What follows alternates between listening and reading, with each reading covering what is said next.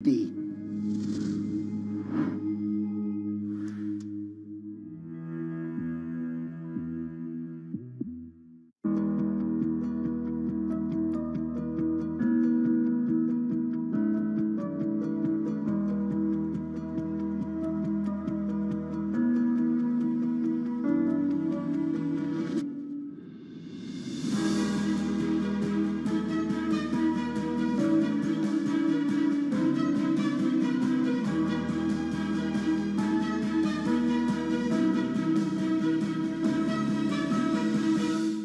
Mercedes-Benz is on a path towards CO2 neutral mobility. So we have flicked the switch there, and really we're going to step by step electrify everything. And what does that mean? Combustion engines get electrified.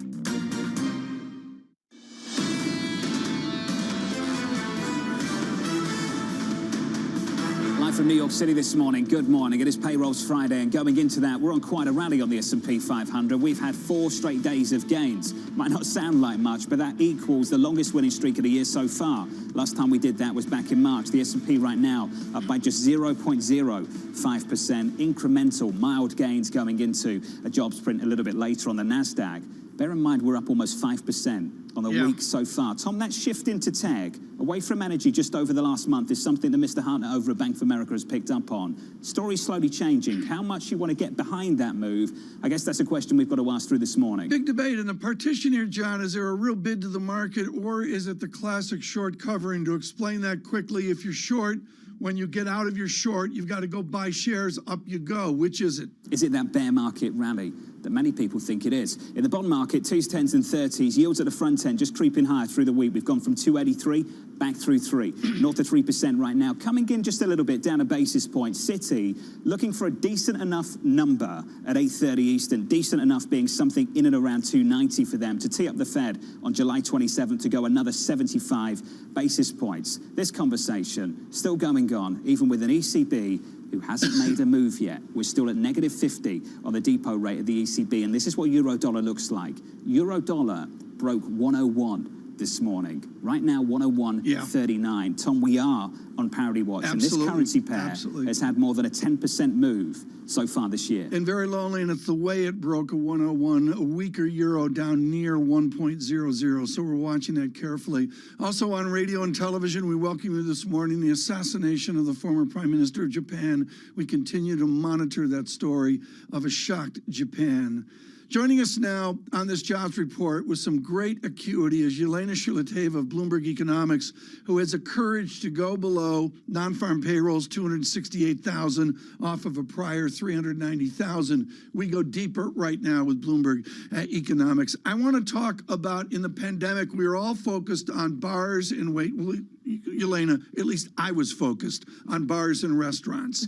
Help us here with the mix now, the industrial mix, the movements within our American economy. Absolutely. I think that's going to be also important to watch, apart from the overall headline number, what is happening beneath. So we will be watching the diffusion index, which actually shows how broad-based gains are. So that is important because people can still find jobs even if they get laid off from the industries that are experiencing some, some effects from interest rates. The great shift coming out of the pandemic is supposed to be goods enthusiasm over to services enthusiasm. What will we learn at 8:30 about that continued hope? I think we will learn that Americans are still enthusiastic about going on vacations. And this is the industries that are going to benefit. Who are you talking to? John, can you help me here with Yelena, please? Bramo's away. I mean, Bramo's in Crete. You just got back from some fun-filled trip breaking news, Tom. to Bramo's Disneyland. back next week, then she goes away again the week after. Oh, really? So John, pick it up. Since summer. you're tanned and rested, pick it up with Yelena. Yelena, something we talked about yesterday down in Washington, Tom and I, was to try and get away from the aggregate numbers, the headline numbers, and try to discuss the disparity. When we have market participants turn around to us and say the consumer is strong in America, Yelena, what do you see away from the headlines? I see that services spending is still growing, and it's growing in real terms, in nominal terms, and this is the key focus for me to watch. So yes, durable goods, other goods spending is going down. We saw a decline in real spending in May. But what is key to me is whether we see a rotation from goods spending and into services. And anecdotally, I do see that.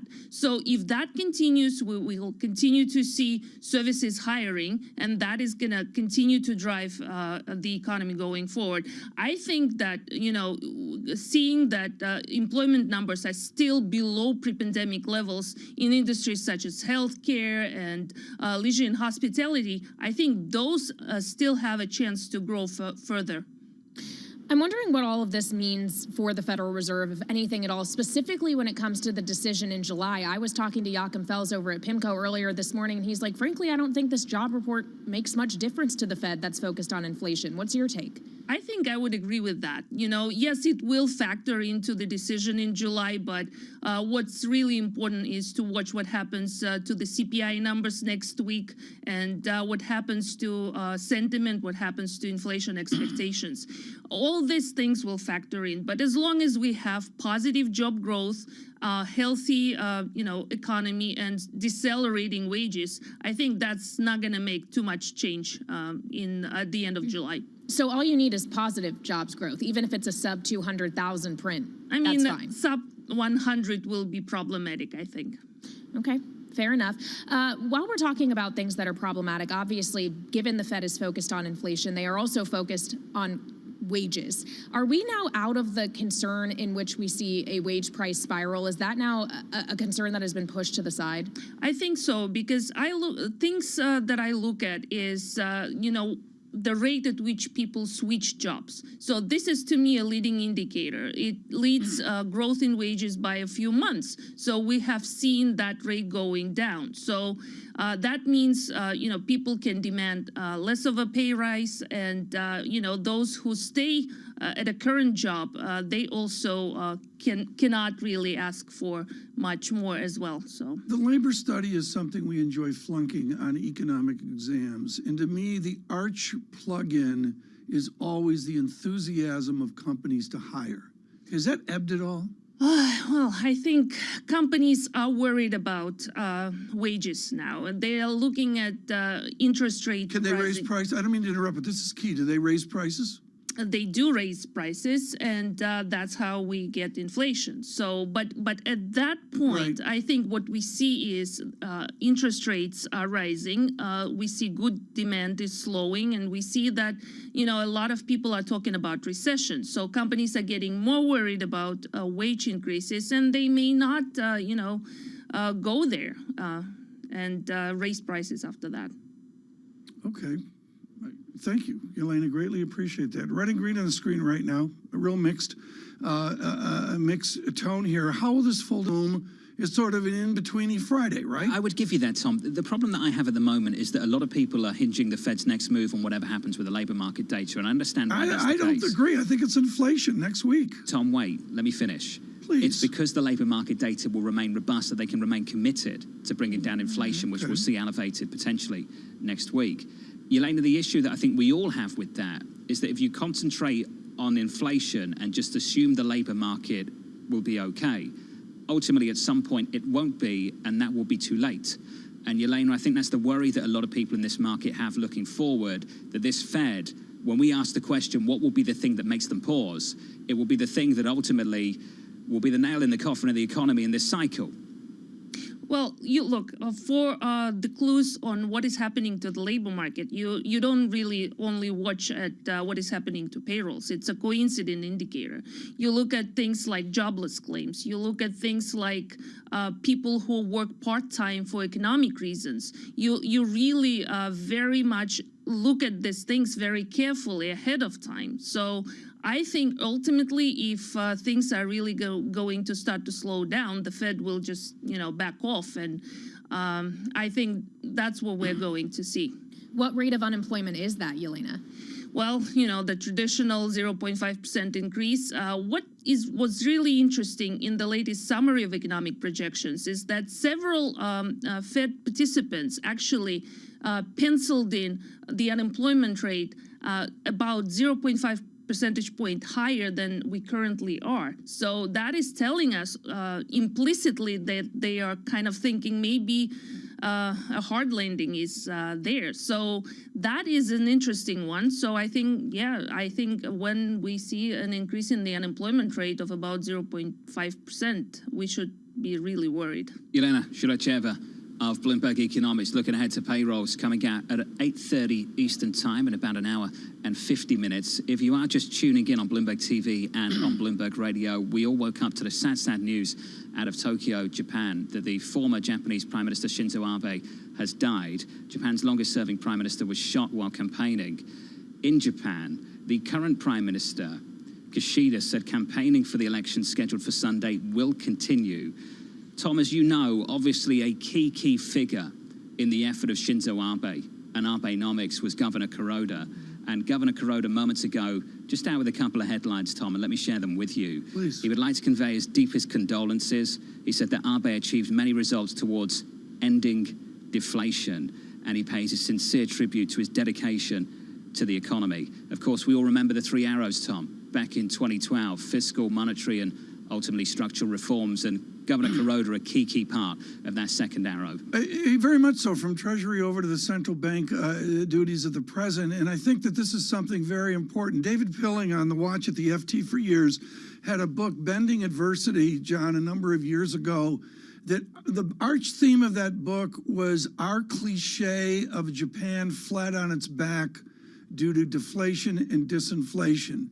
And Pilling said under Abe that just flat out wasn't true. This was a people with a buoyant industry, buoyant public services with their own raging debates. But we underestimate Japan, and of course Japan this morning in truly generational shock. There's no other way to put it. In mourning, without a doubt about it, Tom, and when the headlines come through, we'll share them with you, of course, worldwide. We're looking ahead for this market, very much focused on payrolls Friday with the jobs number just around the corner, looking for something close to 260, 270 perhaps. That's the median estimate in our survey so far. Equity futures right now unchanged on the S&P, on the Nasdaq 100 also. Negative about 0.2%. In the grand scheme of things, though, so far this year, that is not a big move. Yield on a 10-year, 298.90, and very much on parity watch on euro dollar, 101.43. We're negative about 0.2%. Just a little bit of euro weakness, dollar strength out there through G10. From New York, this is Bloomberg.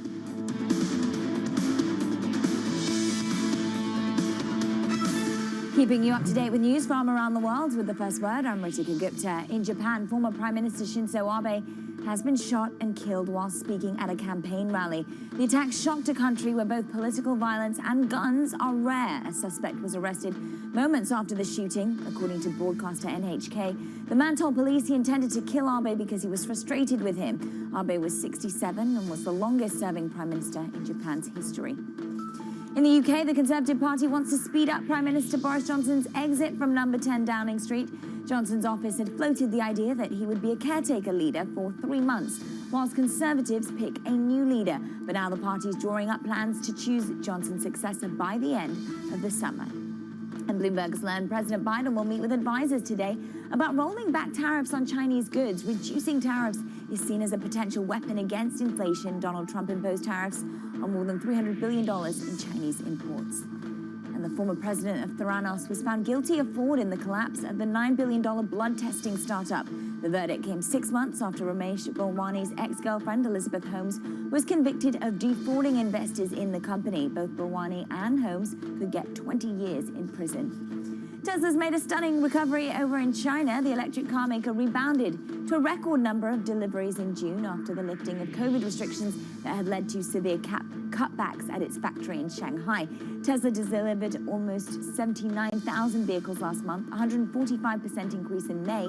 Almost all the cars were for the Chinese market. Global news 24 hours a day, on air and on Bloomberg Quick Take, powered by more than 2,700 journalists and analysts in more than 120 countries. I'm Ritika Gupta. This is Bloomberg.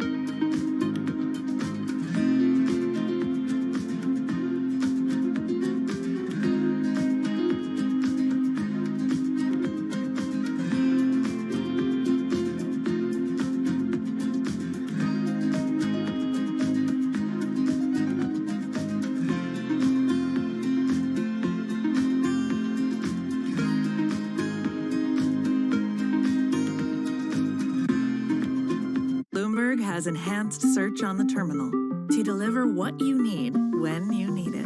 Now, you can simply type phrases in everyday English in the command line. Compare financials. Find people. Analyze markets. You can enter phrases or ask questions. What do you want to know today? Ask a question or visit SearchGo to find answers now.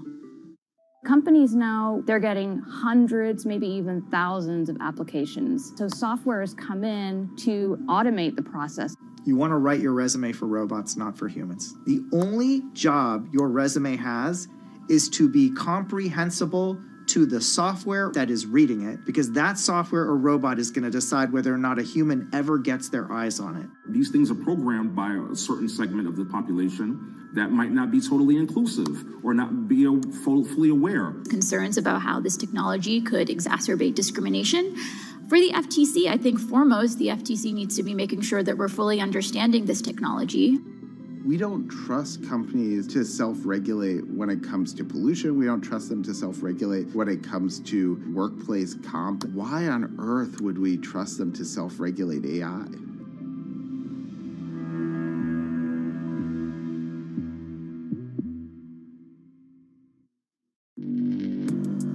Access the financial world on demand. Hear from leading economists, policymakers, and industry experts via live and on-demand webinars, only from Bloomberg. Start exploring to see what's moving the markets. Visit Bloomberg.com/webinars.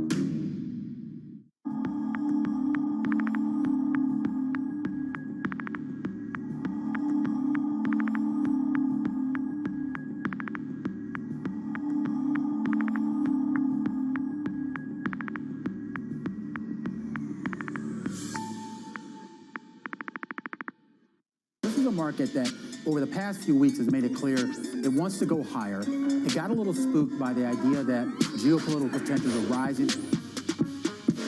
BSO Now is your online home for weekly Boston Symphony Orchestra and Boston Pops performances. See new concerts that go behind the scenes, plus acclaimed archival concerts. Visit bso.org/now, where the music plays on. BSO season sponsor, Bank of America.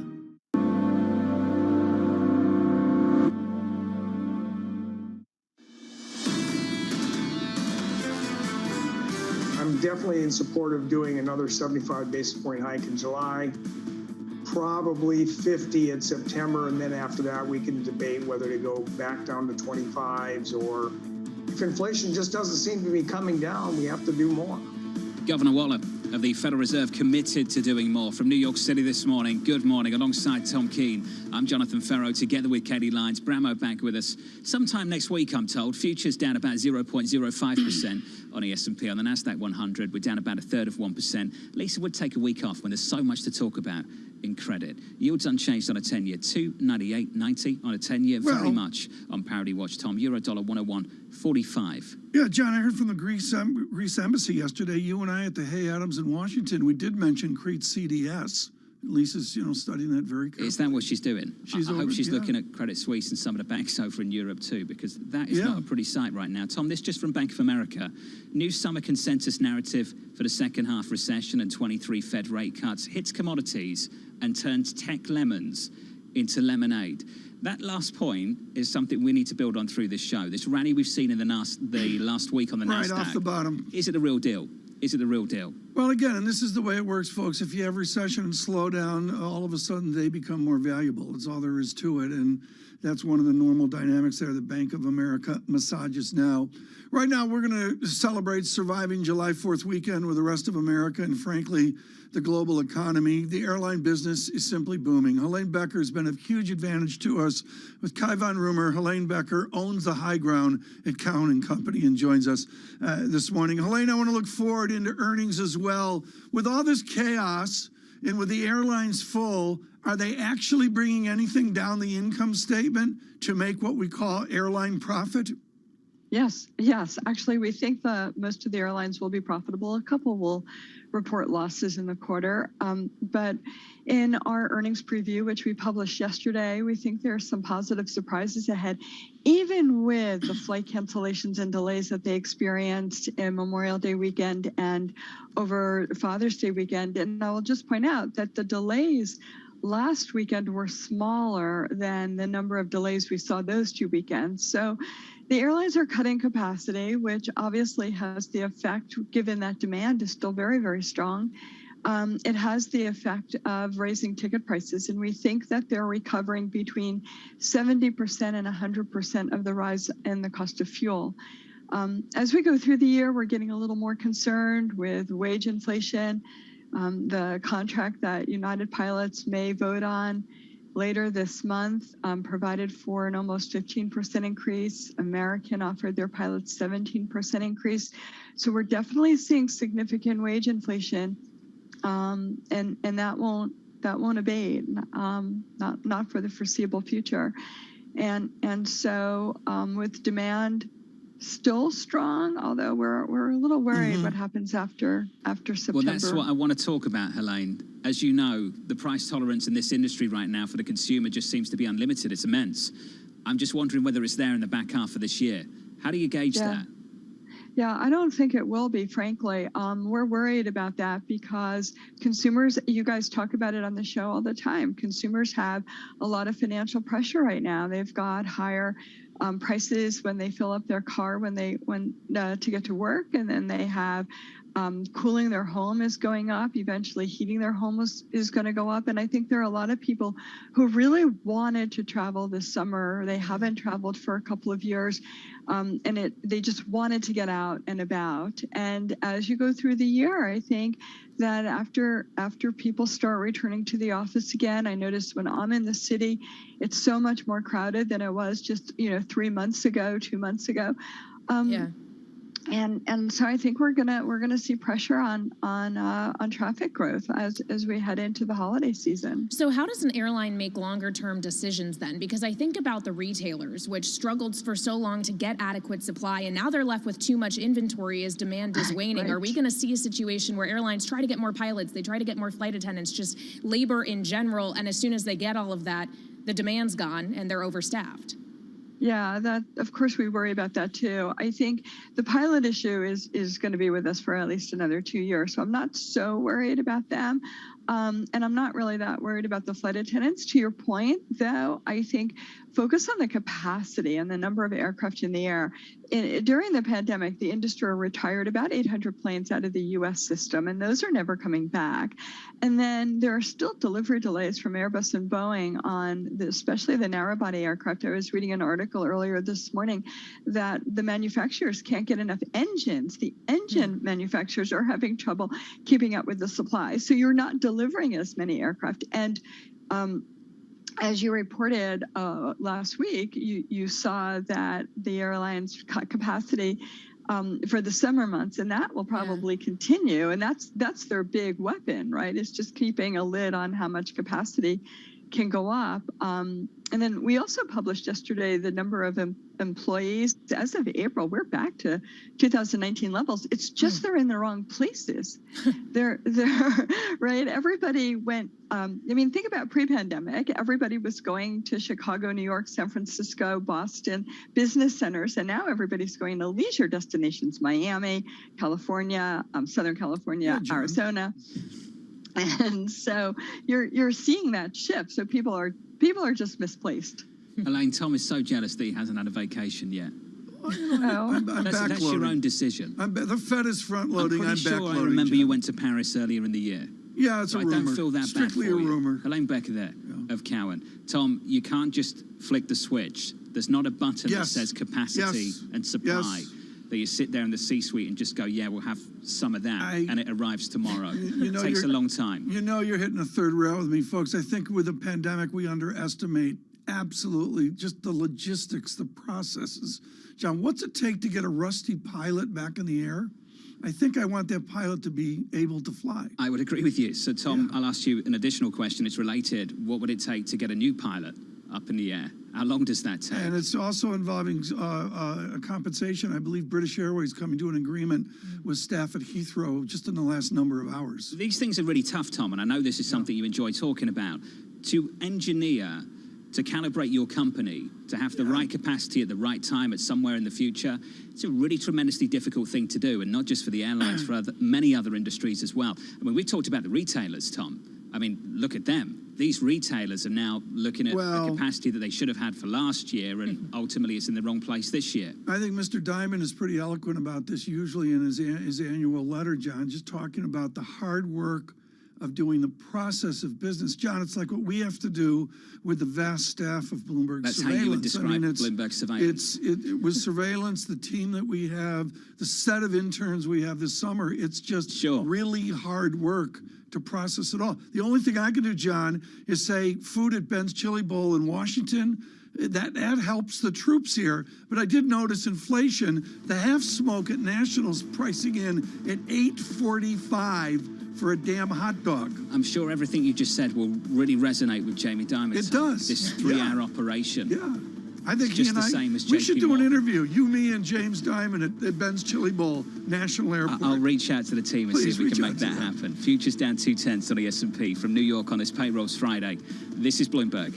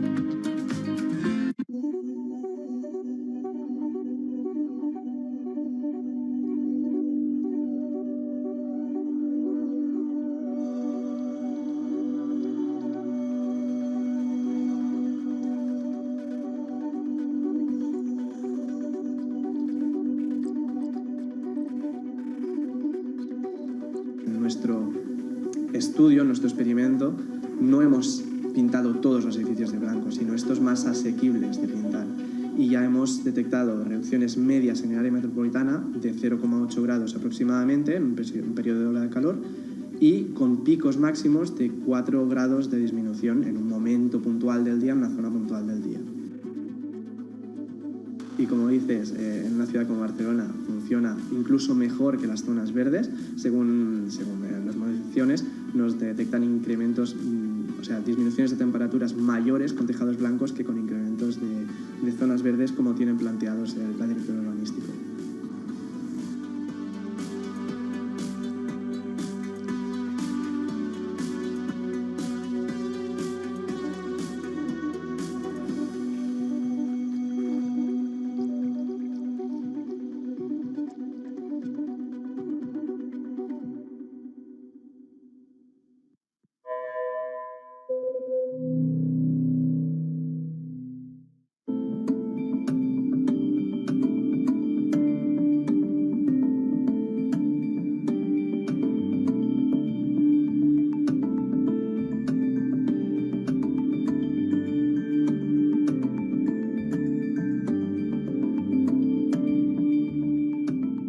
Stocked early enough all these precious materials you were just mentioning, and we were on the lucky side that our prognosis was spot on in a way, forecasting what kind of material we would need and what quantity we would need.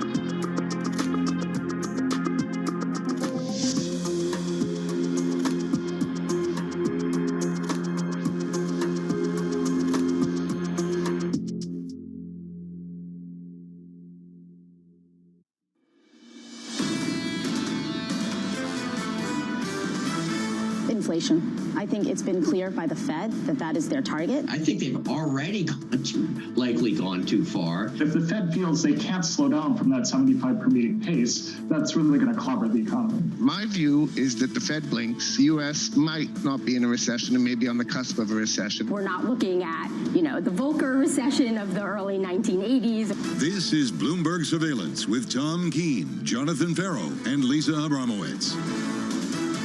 Live from New York City for our audience worldwide. Good morning, good morning. This is Bloomberg Surveillance on this Payrolls Friday live on TV and radio. Alongside Tom Keene, I'm Jonathan Ferro, together with Kelly Lyons. Elisa back with us on Monday. Your market down 0.2% on the S&P. Payrolls 90 minutes away. TK, before we get there, we have to begin with the shocking news out of Japan. On international relations, and that is not what this is about. This is the domestic sadness of Japan. This is a hugely domestic story this morning of Mr. Abe simply assassinated, however you want to call it. We don't really have data yet on the shooter suddenly shot in his arm, as Maury reported from Naga. This was sudden and immediate. He died very rapidly. John. Media reports indicating, Tom, that the 41-year-old male suspect used what appeared to be a homemade weapon. It goes without saying, Tom, that these kind of killings are incredibly rare.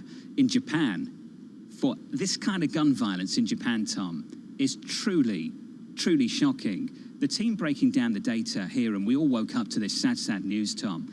In Japan, in all of Japan, across the whole country in 2021, 10 gun-related incidents, Tom. 10.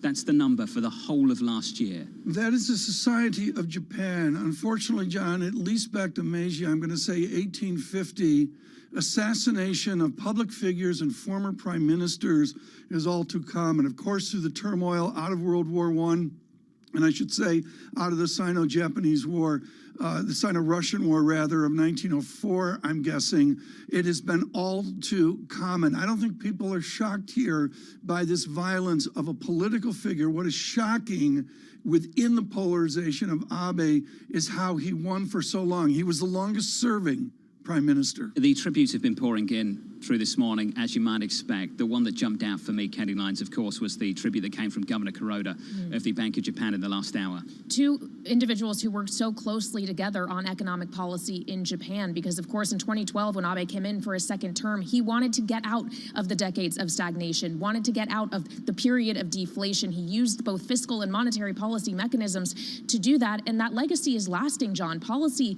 in Japan is still quite easy. Kuroda still is stimulating, is buying bonds in a time when global central banks are doing the exact opposite. We'll stay on top of the headlines for you through this morning, of course. Any latest news, anything, we'll bring it to you right here live on TV and radio. I want to start with the price action for those of you very focused on the payrolls at 8:30 Eastern time. This is how we trade going into it. We're down 0.2% on the S&P, on the Nasdaq 100 down 0.5%. Of course, coming into Friday, a really nice rally. 4 days of gains on the S&P. On the Nasdaq, we've just ripped, and we'll spend some time on that later as well. Yields in a basis point, 298.35 on 10s. And here we go, Kaylee, on Parity Watch on Euro Dollar, 101.44. Yeah, my eyes are going to be on that tick chart literally all day because, of course, we got a break of 101 earlier. So my question is, how is Christine Lagarde going to address that in particular when she speaks at the Aix-en-Provence Economic Forum later today, 7:55 a.m. Eastern time, so less than an hour until we get those remarks. How does she address this weak euro and the idea that they are trying to exit negative rates in a time in which the European economy is slowing down? They are planning to hike into weakness. What does that mean for this currency? Then, of course, the big event of the day is at 8:30 a.m. Eastern time, the payrolls report, which you were just discussing. 268,000 is the estimate for the month of June. My question is, does it mean anything at all to the Federal Reserve, who is so focused on inflation? And on that point, we will get kind of real-time reaction from at least one individual on the Fed. At 11 a.m. Eastern time, New York Fed President John Williams will be speaking. To what extent does he echo the same sentiment we heard from the likes of Christopher Waller and Jim Bullard yesterday? The idea that a soft landing is possible, playing down the risk of recession, even as they talk about going another 75 basis points this month, John. At the end of this month, thank you, Kaylee. Looking ahead to two big data points, one this morning, another one next week on July 13th. CPI next week, Tom, payroll's just around the corner. Well, payroll's just around the corner, and at 8:30, what do you look at, John? I'll let you tell me. I guess I look this time around. I don't go beneath the headline data. I stay with the headline data because that's where Jerome Powell's going to be. Let's find out where Priya Misra is right now, the head of global rate strategy at TD Securities. Priya, is this labour market data going to keep the light green for this Fed to go 75 at the end of this month? We think so. I mean, the labor market is slowing. We're actually looking for 350,000, so slightly higher than consensus. Now, the economy is slowing, but the Fed wants it to slow. So I think all the recession talk is a little bit premature right now. Inflation is still a problem, and the Fed has changed their reaction function, I would argue. They're overemphasizing inflation, headline inflation, over the labor market right now. So, I would say that the green light for 75 is done. I actually think the next meeting, we're going to get a 50 in September. We expect continued 50 basis point hikes. And I think if the labor market's slowing, I don't think that the Fed will change their view. They actually want it to slow. Priya, you and I are the only two on the planet that read Frank Fabozzi over the weekend. We look at 800 pages of fixed income theory and go, oh, this makes for good reading. What is the attribute that helps you determine your terminal rate guess? Is it a finance attribute or is it an economic attribute? So I'm glad you bring up Fabozzi. I think, I think where the Fed ends up is an economic attribute, and it's not just the economic view, it's also the Fed reaction function.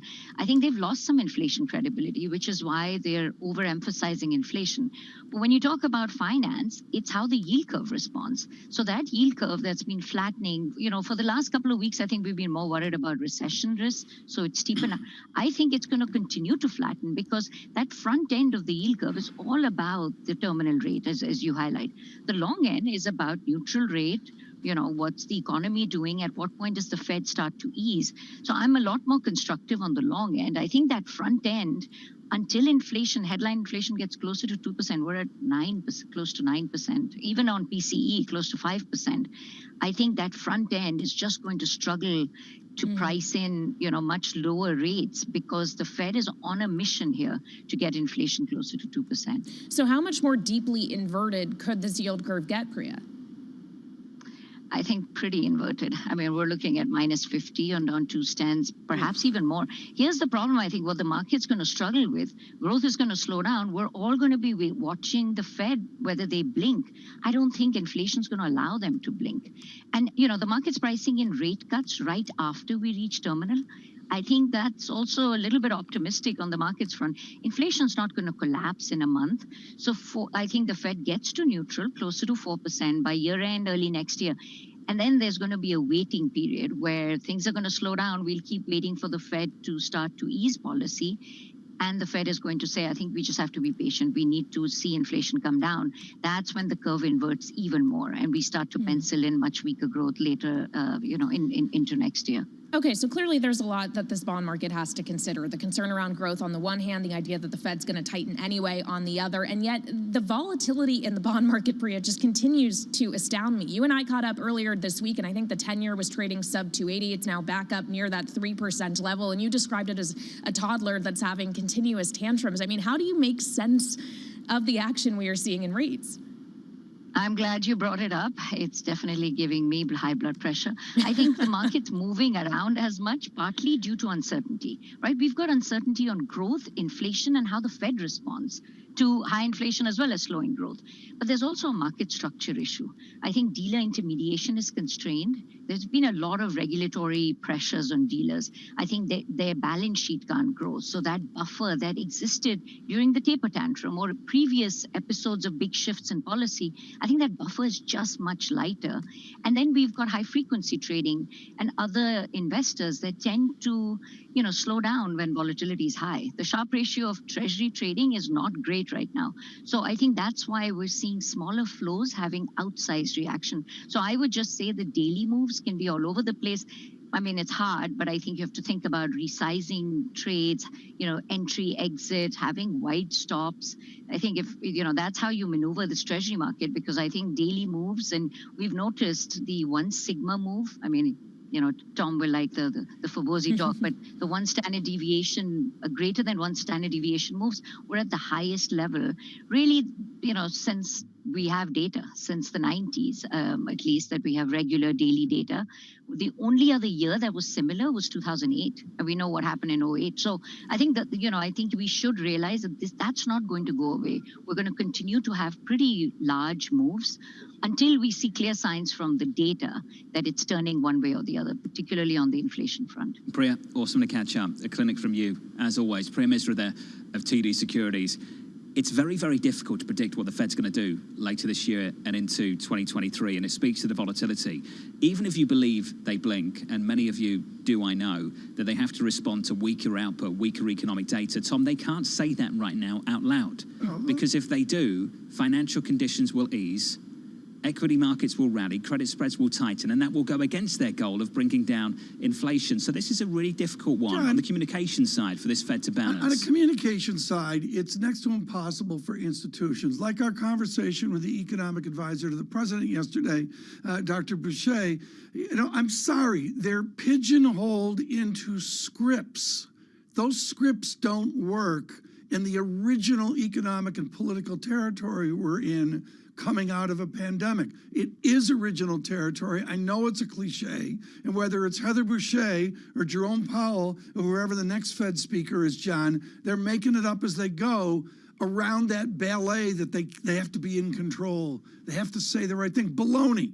What's going on? And we need to hear that from the Fed. Hey, Tom, if they said that, if they were perfectly transparent and gave you a minute-by-minute, tick-by-tick view on what was happening, can you imagine what the volatility would look like then? That's fair, and we should thank Bill Dudley as an example of someone who's talking straight. Tom Keene, Kelly Lyons, Jonathan Ferro, counting you down to payrolls Friday. 8:30 Eastern Time, 1 hour and 20 minutes away. Futures negative 0.2%, yields 297.98 on a 10-year, and euro dollar a break at 101 earlier this morning, 101.46 on a euro against the dollar. From New York, this is Bloomberg. Keeping you up to date with news from around the world with the first word, I'm Ritika Gupta. Former Japanese Prime Minister Shinzo Abe has died after being shot at a campaign event. It's stunning news in a country where political violence and guns are rare. A suspect has been arrested. Abe was 67. He was Japan's longest-serving prime minister and was best known for his shock therapy called Abenomics to revive the economy. Boris Johnson is still in number 10 Downing Street after announcing he plans to resign, but his plans for an orderly retreat are being threatened. The ruling Conservative Party wants to speed up the contest to choose Johnson's successor by the end of the summer. The Prime Minister's office had floated a 3-month timetable yesterday. 2 of the Federal Reserve's most hawkish policymakers support raising interest rates another 75 basis points this month. Governor Christopher Waller and St. Louis Fed President James Bullard say the move is needed to curb inflation. Both are downplaying fears the U.S. economy is headed for recession. And there's another report casting doubt on whether Elon Musk's acquisition of Twitter will go through. According to the Washington Post, the deal may fall apart over Musk's doubts that Twitter is accurately reporting the number of spam bots on the service. Twitter says it continues to share information with Musk to complete the deal. And the wife of billionaire John Paulson has accused him of secretly creating a series of trusts to hide billions of dollars from her in their divorce. Jenica Paulson sued her husband Thursday in New York. She's asking for at least $1 billion in damages. According to the Bloomberg Billionaires Index, Paulson has a net worth of $4.6 billion. Global news 24 hours a day on air and on Bloomberg Quick Take, powered by more than 2,700 journalists and analysts in more than 120 countries. I'm Ritika Gupta. This is Bloomberg.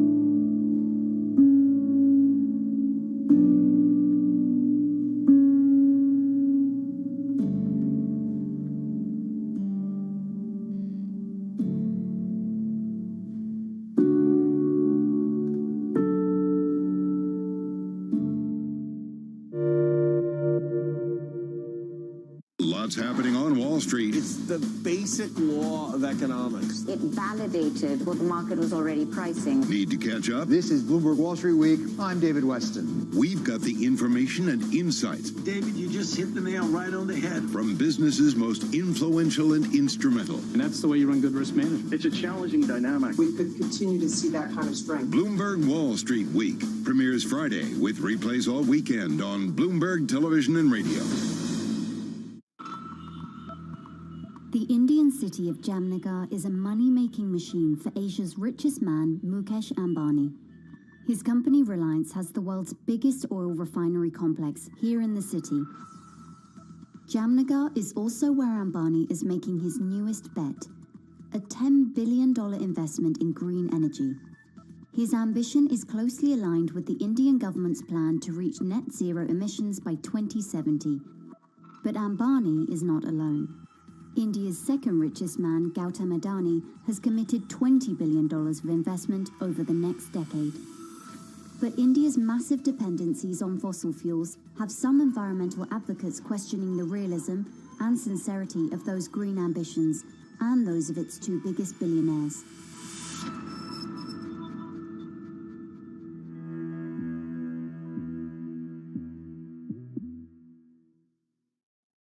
Front Row, exclusive interviews with the most influential figures in finance. Lloyd Blankfein. Deflation is a terrible thing. Inflation you could tolerate. Kathy Wood. Tesla will be in the pole position to dominate. Jeremy Grantham. We've had a very, very abnormal honeymoon Goldilocks period. First available on the Bloomberg Terminal, then on Bloomberg Television and Bloomberg.com. Front Row, the best seats in the house for business's greatest minds.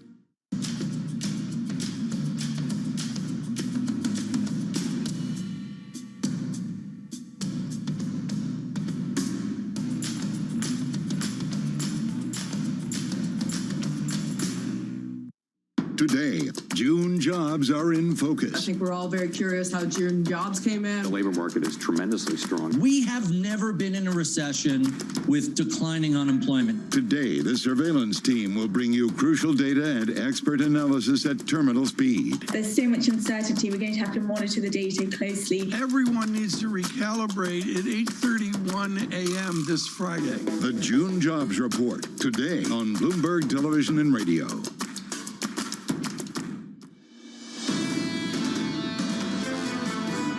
There's no question that if you look at what the Chinese economy and the non-market practices that the Chinese leadership are undertaking, that there are sectors of the economy where they are engaged in unacceptable activities. Tariffs are one tool, but we have other tools as well to make sure that we are protecting key sectors of the American economy.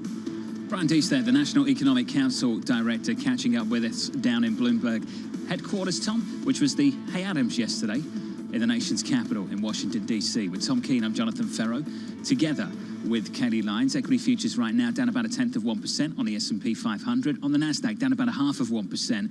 Yields on 10s down 2. Let's call it down 2. We're down about 1.5 basis points to 297.98. Euro dollar 101.40, a break of 101 earlier in the session. Just to pick up on the words of Brian Deese there on China and considering removing some of these tariffs, Tom, our latest reporting from the team, the president will meet with his advisors today on possible reductions in U.S. tariffs on Chinese goods. That meeting taking place later. Very delicate issues, and again, the size of those reductions. Is teens-weens the proper language, John? We're really looking at, it's so political, we're looking at small nudges, right? It's on I'd say one, yes, focus on the size, but two, focus on the where. That's going to be interesting for me. What do they remove tariffs from? What do they reduce them on if it's a reduction and not a total removal? And do they double down the effort elsewhere to make this more palatable at home at a time when, as we talked about yesterday, Tom, for this administration very early on has accused the Chinese Communist Party of conducting genocide. That is a very big accusation that others have shared. And Tom, to remove tariffs on that particular government, I think is going to be a big, big deal. No, we thank the White House yesterday for the attendance of Boucher and Deese. We welcome all of you on radio and television here on a most unusual jobs day. Yes, we'll have complete coverage for you. Jeff Rosenberg of BlackRock, one of our guests scheduled to be with us, but also an assassination in Japan. Tobias Harris, will join us here in a bit. Truly expert on the arc and reach of Mr. Abe and particularly his domestic politics as well. Right now on the international politics and the legacy of Prime Minister Abe, Emily Wilkins joins us with Bloomberg Government. Emily, the most stunning image from the G7 meetings, I frankly can't remember which meeting, was a trilateral meeting of Biden with the leadership of South Korea and Japan. I would suggest that started with Shinzo Abe. He's the one who said to Japan, we have to reach out. Absolutely. And I mean, this is news that you've already heard Secretary of State Anthony Blinken respond to this, saying that he has deep sadness, deep regrets about this, really praising Abe and what he was able to do. And you have this goodwill on both sides of the aisle here in the U.S. You heard former President Donald Trump also praising Abe for his relationship, his goals. Certainly, this is a shock. When President Biden addresses the nation later this morning, he's going to be talking about abortion access, but I would expect him to mention something about Abe and his legacy. It is not a special relationship. It is so touched by World War II and the aftermath of that. But across the dynasty of the Abe family, he was trying to drag Japan into a little more assertive military as well. Explain to us what the White House desires in the Pacific militarily from Japan. The White House has been very focused on working with its allies in that region because they see it as a bit of a counterweight to Beijing, to China, to their influence in the area. So certainly when President Biden was making some of his first trips overseas, he visited South Korea, he visited Japan. He sees them as key allies in that area of the world and sees that relationship as incredibly critical as the U.S. and China deal with various tensions among the two countries and try and figure out a path forward on some of these things like trade, like these tariffs that Biden will be discussing in the White House today. Well, Emily, to that point, you talk about the U.S. desire to counter China, all of the tensions that exist between those two countries. As John mentioned, the White House has accused China of genocide. And yet they are looking at easing tariffs. Is this just for optics? And if so, how does that play optically if, in theory, that means you're going easier on China in some sense? It's a really good question, Kayleigh. I mean, the thing that's driving the Biden administration to be looking at these tariffs right now are the high inflation prices, the fear of a potential recession looming, and trying to see if they can provide some relief. And you guys hit the nail on the head earlier, kind of noting that this is a really incremental thing. Barclays said that any sort of reduction in tariffs would only be a drop in the bucket. And you're hearing concerns from Democratic candidates on the campaign trail. I'm thinking about Tim Ryan. He's the Democrat running for Senate in Ohio, and he has urged the Biden administration, saying, please do not reduce these tariffs that could potentially harm American manufacturers and American workers. It's fascinating to see the split screen right now in D.C. You've got these discussions going on at the White House today, while all the way down on the other end of Pennsylvania Avenue, you have Democrats and Republicans in Congress working together on legislation meant to bolster U.S. manufacturing and competitiveness against China. And so it's a very interesting dance right now that the White House is engaging in, trying to figure out whether to roll back these tariffs. No decisions have been made yet, but this is certainly something that a lot of officials in Washington are keeping a very close eye on. Well, especially because the clock is ticking, Emily. I mean, you're in Michigan today to cover the primaries ahead of the midterms in November, which is coming up quickly. I mean, realistically, how much time does this administration have left to try to do something to rein in inflation and change the mind of voters? It is not much time at all, Kayleigh. You're absolutely right. I mean, keep in mind too that a number of these voters they don't show up on election day to the polls. Now there's a lot of early voting in many states, and so the window that Democrats have to really change the narrative here is slipping away. And I've talked with folks, Democrats, who have said that they are concerned about the high level of gas prices. They are concerned about the fact that the price seems to go up every time they go to the grocery store. Certainly, there are other issues in the mix in this election, but those two have really remained at the top of the list. And there's just no sign at this point that they are going to ease before November. Emily Wilkins, thank you. Emily, on the latest down in Washington and across the country. And Tom, the story unlikely to change next week, according to forecasts. We get the CPI print in the middle of next week, Tom, on Wednesday, July 13th. The estimates so far, we just got a handful of them. The median's 8.8, but Barclays, 8.8, Morgan Stanley, 8.8. They're the numbers so far from some big names, Tom, on Wall Street. They're looking for something close to 9%. Yeah, I think next we're week. done by this. Fancy people in suits and skinny ties, bow ties and skinny ties, John, are worried about core inflation. And the answer here I'm pleased you involved yourself in that too, Thank Tom. you. We're not living core inflation. We're living top-line inflation. Is it double digit? It's close enough for me to call it double digit. I mean, let's be clear, John. You take 40 pieces like David Rosenberg does. How many of those pieces are above 8.8%? I'll remind everyone of that headline, that number, that data point, statistic that I brought to our audience about an hour ago from Bank of America. For the lower income cohort in America right now, gas prices rose to 9.8% of total monthly spend. They're living headline inflation, Tom, in a big way. Absolutely. Futures down a tenth on the S&P, payrolls an hour away.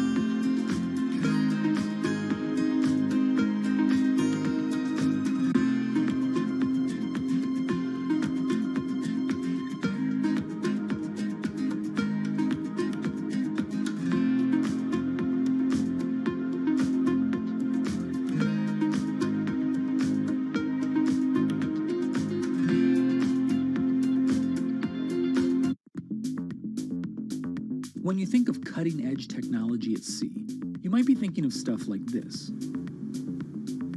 But there's an incoming revolution on the high seas that isn't quite as sexy, but could be significantly more impactful. Container shipping is the key component of global trade. About 80 or 90% of all the world's goods are transported at sea at some point. But there's a significant unseen cost to the modern era of global commerce. About 3% of all the world's CO2 emissions come from shipping. 3% may not sound like a lot, but that's roughly comparable to the entire CO2 output of Germany.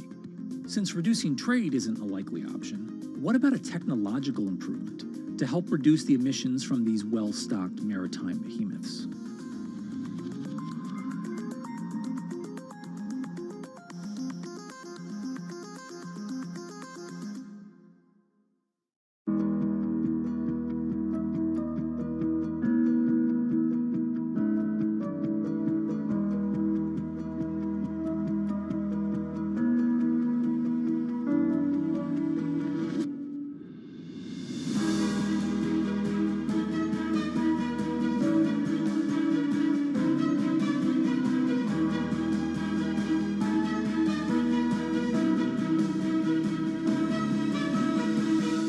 Why do the biggest names in business choose Bloomberg? That is a great question. It's a great question. It's a great question. Great question. Great question. Great question. Great question. That's going to be the best question I get all night. I'm glad you asked that. Bloomberg Television. Top experts. Great questions.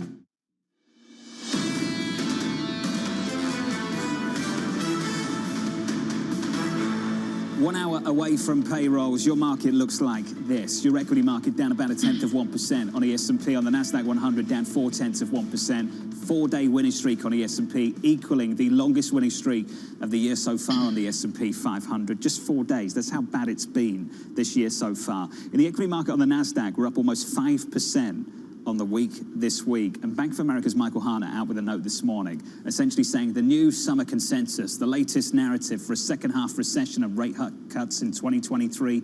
Tom, for him, turning tech lemons into lemonade. My question, just how credible is this move? How durable will it be? You know, we're following this tick by tick. Are we exhausted by how the narrative changes, what, on a 2-day basis? I'm exhausted, Tom. It's changing from data point to data point, and Chairman Powell is responsible for some of this, TK. Let's be clear about that. Yeah, the I fact agree that with you, that. Mitch, now is the difference between a 50 basis point hike and 75 in the mind of the market, I think is problematic. Yeah, I take your point, John, but, you know, everybody's going to, as I say, it's in the stupid ad we've got out now. We're going to recalibrate. We're going to recalibrate at 8:31. John, what are we going to recalibrate over the weekend? I don't know. Citi says that if we get something close to 290, their view, they're looking for 75. They think that the recession talks takes a back seat, and what takes a front seat, this idea we need to keep hiking interest rates. Priya Misra on board. 2s, 10s, and 30s look like this. 2s, 10s have been inverted through much of this week. Priya's looking for 50 basis points of inversion, Tom. Wow. 2s, 10s. That is a wow. And there's a belief that this Fed needs to keep on hiking so long as inflation remains elevated. Going into next week, July 13th, we're looking for 8.8%. That's the median in our survey for headline CPI in America. I want to finish on euro dollar, Tom, just briefly. We're getting closer and closer to that line of the sand. 1-1 parity, euro dollar. We had a break at 101 earlier this morning, Tom. Very briefly, right now 101.43. I think Twitter broke down as well. This is my, you know, in the blur of news today, I think Twitter is like euro parity. Twitter, you mean the stock? The stock. The stock is going through parity. I had no idea where you were going. Well, I didn't know where I was going either. The Washington Post story that suggested that acquisition was breaking down. Am I here to fill in the gaps? Is that what you're suggesting? No, John, I couldn't get a gate at Teterboro yesterday. Cut me some slack. Okay, let's take a beat. I think someone who actually knows what's going on with Twitter is joining us right now, thankfully. That's your cross-asset price action. That someone, of course, is Kriti Gupta. Morning, Kriti. Well, good morning, John. Well, let's stick with the Twitter story because you really nailed it there. It's the Washington Post story that is moving the stock this morning, saying that the deal is in serious jeopardy. Remember, Elon Musk is due to make some remarks at the Sun Valley Conference on Saturday. Some people saying that those investors, the big heavyweights in the audience, are going to push him on what that deal actually looks like and the timeline for it. Nevertheless, the stock moving this morning to the tune of down about 4%. But take a look at this. Tesla not moving in sync. In fact, it's actually moving. It was positive in reverse. We know there's that inverse relationship between the two. Does Elon Musk's split attention mean something for the fundamentals of the company? Right now, those shares are about flat. But take a look at this. In terms of deal news, here's a stock that's really catching a bid. Occidental up almost 2% this morning. Once again, Warren Buffett buying those shares. Every time it drops below $60 a share, it seems like Warren Buffett is hopping into that market. And once again, according to a filing just filed last night, looks like he has hopped into that. That news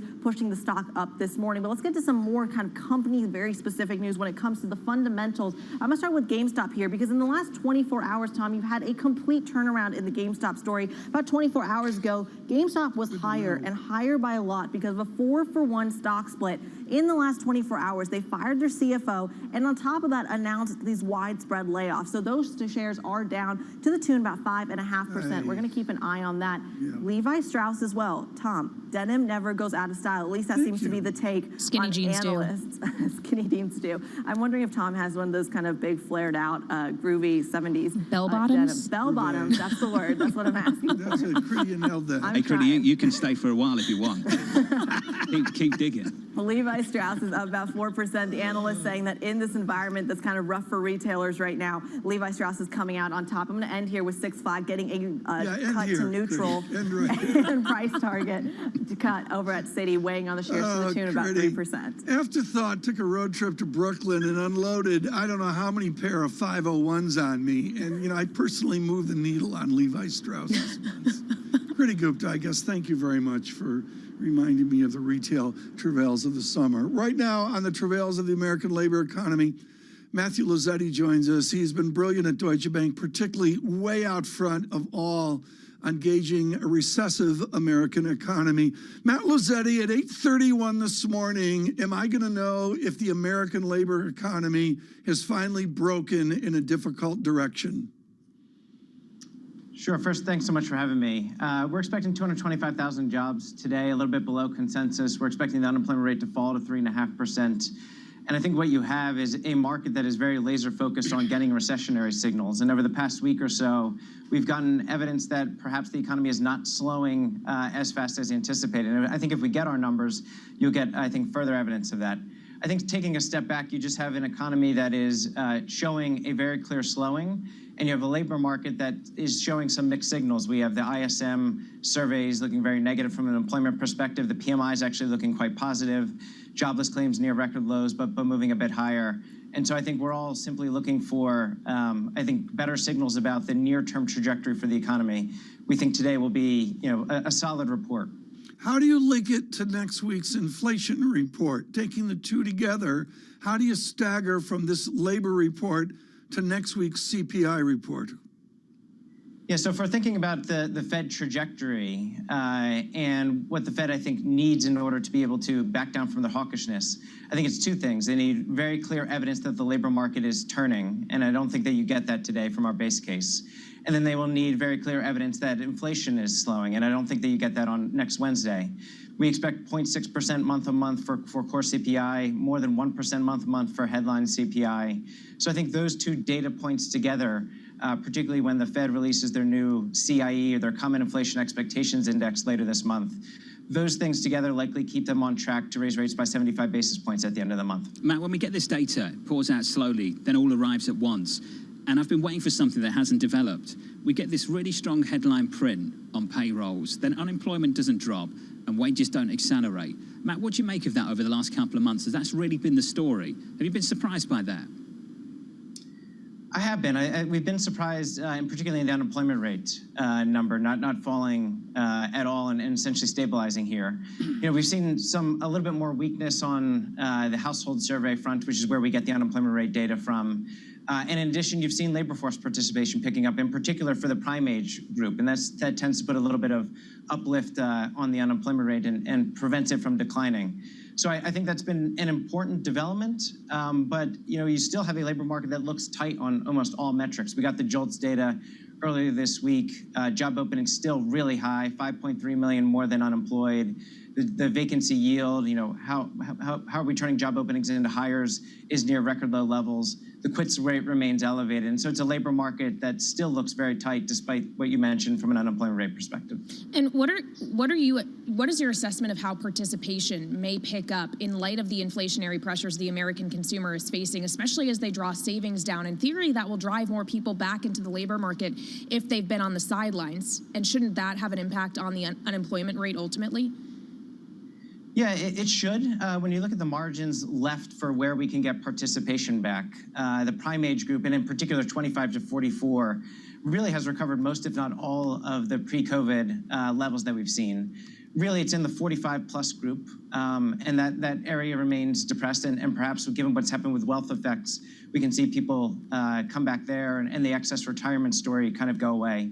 I think bigger picture from a structural perspective has been the foreign-born workforce. And so if you look at prime age foreign-born workers in the US, we are about 2 million below the pre-2019 trend. That's a big source of tightness in the labor market, lack of labor supply, and it's something that doesn't seem like it's going away anytime soon. Matt, just before you go, let's put a bow on all of it. Go through the recent calls for you and the team. You were the first out of the gate with the rest of the team to look for a recession in America. That was the back end of 23. How much have you pulled that in by, and what does that mean for your base case for the Fed? How has that changed in tandem with that? So from a base case perspective, we pulled that into the middle of next year. At the same time, we're calling for a technical recession in the first half of this year. So we had a negative Q1 GDP growth. We expect negative Q2 GDP growth. But we're expecting the economy to bounce back in the second half of the year, avoid a more conventional recession this year, and eventually fall into recession next year. If that is the story, then I think you have the Fed moving more hawkishly, raising rates more than the market has priced in. We still see the Fed funds rate peaking out at around 4%. But I think very clearly the risks are skewed towards the economy deteriorating more quickly than our baseline expects. potential for a recession this year and the labor market beginning to weaken this year. If that happens, I think it really puts the Fed in a bind because you have inflation, core PCE likely above 4% with a labor market that is weakening. That could very well, I think, stop them out before we get to the 4% terminal rate that we have as our baseline. Matt Lazzetti of Deutsche Bank Securities. Matt, just wonderful, beautiful view at Deutsche Bank HQ here in New York as well. Tom, the situation that Matt just described is poison for risk assets. Let's be clear about that. Yeah. If you have this situation where you have economic growth rolling over, you have inflation still around 4%, and a Fed still working out what to do, and unemployment rising, where do we go in that world? I would say with slower inflation, slower decline in inflation, if we get that, you get a more robust nominal GDP, and corporations will adjust to that. But I do take your point, John. Forward, the idea of the phrase all boats rising, I don't think so. The base case, a technical recession this year, looking for that more complete recession next year, Kayleigh, with unemployment climbing, the more conventional view. That's Matt's call, but ultimately in between, you could have a Fed that's pushing rates through 4%. Nothing about these scenarios sounds good for equities, and that's what equities have been struggling with all year. It sounds like their worst nightmare, frankly, John, and that brings us to the question, is the Fed going to blink at some point? Because there has been an assumption in this market now for a while that maybe they will, and that has given a boost to risk sentiment to some extent. But what we've been hearing is, no, this Fed is focused on inflation. They're going to keep going. Brilliant to catch up with Matt Lazzetti of Deutsche Bank. Pushing forward to payrolls Friday. Your print this Friday morning is 50 minutes away. Less than that. We're looking for 268 on a headline non-farm payrolls report. That headline, 268, that is from our Bloomberg survey, the median estimate from New York. This is Bloomberg.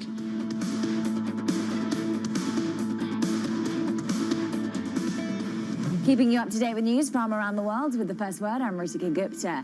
In Japan, former Prime Minister Shinzo Abe has been shot and killed while speaking at a campaign rally. The attack shocked a country where both political violence and guns are rare. A suspect was arrested moments after the shooting. According to broadcaster NHK, the man told police he intended to kill Abe because he was frustrated with him. Abe was 67 and was the longest-serving Prime Minister in Japan's history. In the UK, the Conservative Party wants to speed up Prime Minister Boris Johnson's exit from number 10 Downing Street. Johnson's office had floated the idea that he would be a caretaker leader for 3 months while Conservatives pick a new leader. But now the party's drawing up plans to choose Johnson's successor by the end of the summer. Bloomberg's learned President Biden will meet with advisors today about rolling back tariffs on Chinese goods. Reducing tariffs is seen as a potential weapon against inflation. Donald Trump imposed tariffs on more than $300 billion in Chinese imports. In Texas, Governor Greg Abbott has authorized the National Guard and state police to apprehend migrants who illegally enter from Mexico and return them to the border. Abbott, who's a Republican, says he made the decision because President Biden refuses to enforce immigration laws. A White House spokesman says Abbott's past performance on the border, quote, doesn't give us confidence. Shares of GameStop are falling after the company fired its CFO and planned to cut jobs. The moves are a bid to turn around a business hurt by shifting demands in the gaming world. GameStop's growth has slowed as gamers shifted from buying game discs to digital downloads. Global news 24 hours a day on air and on Bloomberg Quick Take, powered by more than 2,700 journalists and analysts in more than 120 countries. I'm Ritika Gupta. This is Bloomberg.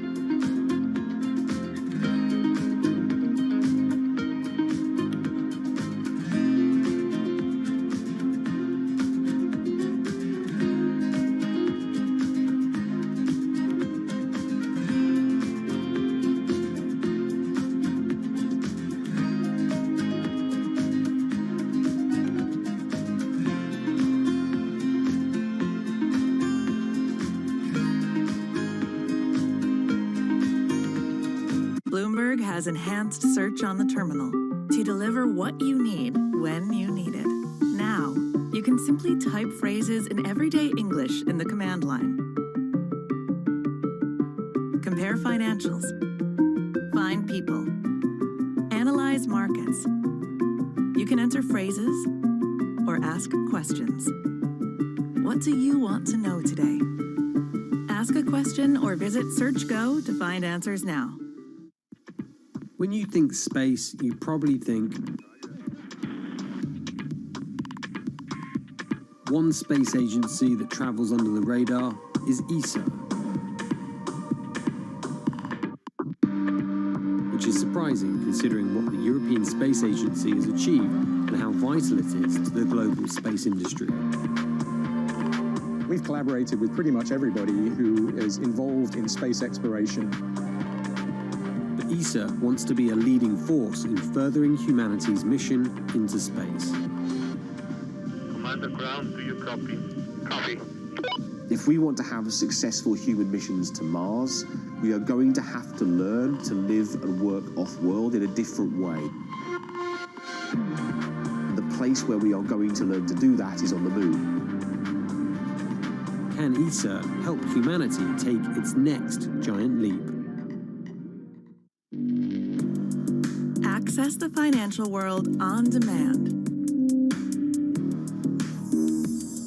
Hear from leading economists, policymakers, and industry experts via live and on-demand webinars, only from Bloomberg. Start exploring to see what's moving the markets. Visit Bloomberg.com/webinars.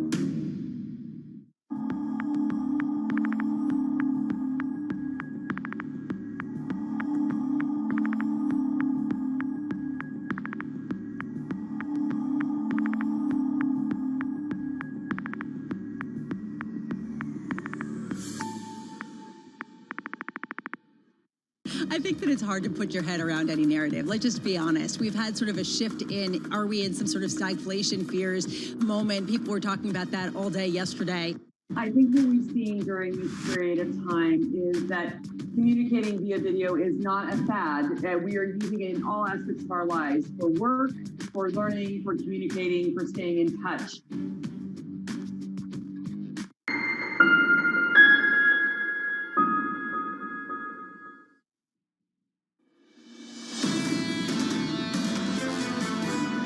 He was the longest post-war serving prime minister in Japanese history. He really did bring more attention to Japan globally. He formed good relationships with a lot of international partners, other leaders. So that element of his policy and his legacy, I think, is something that people in Japan universally are proud of. Here in New York, waking up to the shocking news that the former Japanese Prime Minister Shinzo Abe has died. He was shot in the neck while campaigning. Much more still to come on that story. From New York, good morning to you. With Tom Keane, I'm Jonathan Ferro, alongside Katie Lyons. Lisa back with us next week. For those of you very focused on payrolls, of course, that's 42 minutes away. Equities going into that number look like this. We're negative a little more than 0.1% on the S&P. On the Nasdaq 100, down 0.4%. Yields come in just a couple of basis points, 297.61. We remain on parity watch on euro dollar. We had a brief break of 101, right now 101.53. A lot of people publishing, of course, going into payrolls, Tom. Alan Ruskin at Deutsche Bank, one of them. Yeah. Here's the quote from him. Strong data will underscore thoughts that a mix of 3% 10-year yield and S&P above 3,800 are insufficient to, one, promote a recession, and two, bring inflation back down to 2% on a timetable acceptable to the Federal Reserve. Amid political moment, folks, it is important at Bloomberg Surveillance to speak truly to those steeped in experience. I think of Robert Feldman at Morgan Stanley, or David Pilling, ex of the FT, with his wonderful bending adversity. But also on that list is Tobias Harris. To say he's Senior Fellow for Asia at the Center for American Progress barely describes a study from Brandeis to Cambridge to his book, The Iconoclast on Mr. Abe. We're thrilled that Tobias could join us this morning. Tobias, this is someone who took what Koizumi did, which was drag rural Japan into a modern urban history. That's what Koizumi did, a modern immediacy of the urban landscape. And then Abe said, we have to go further. We have to go beyond the legacy of World War II. Was he successful?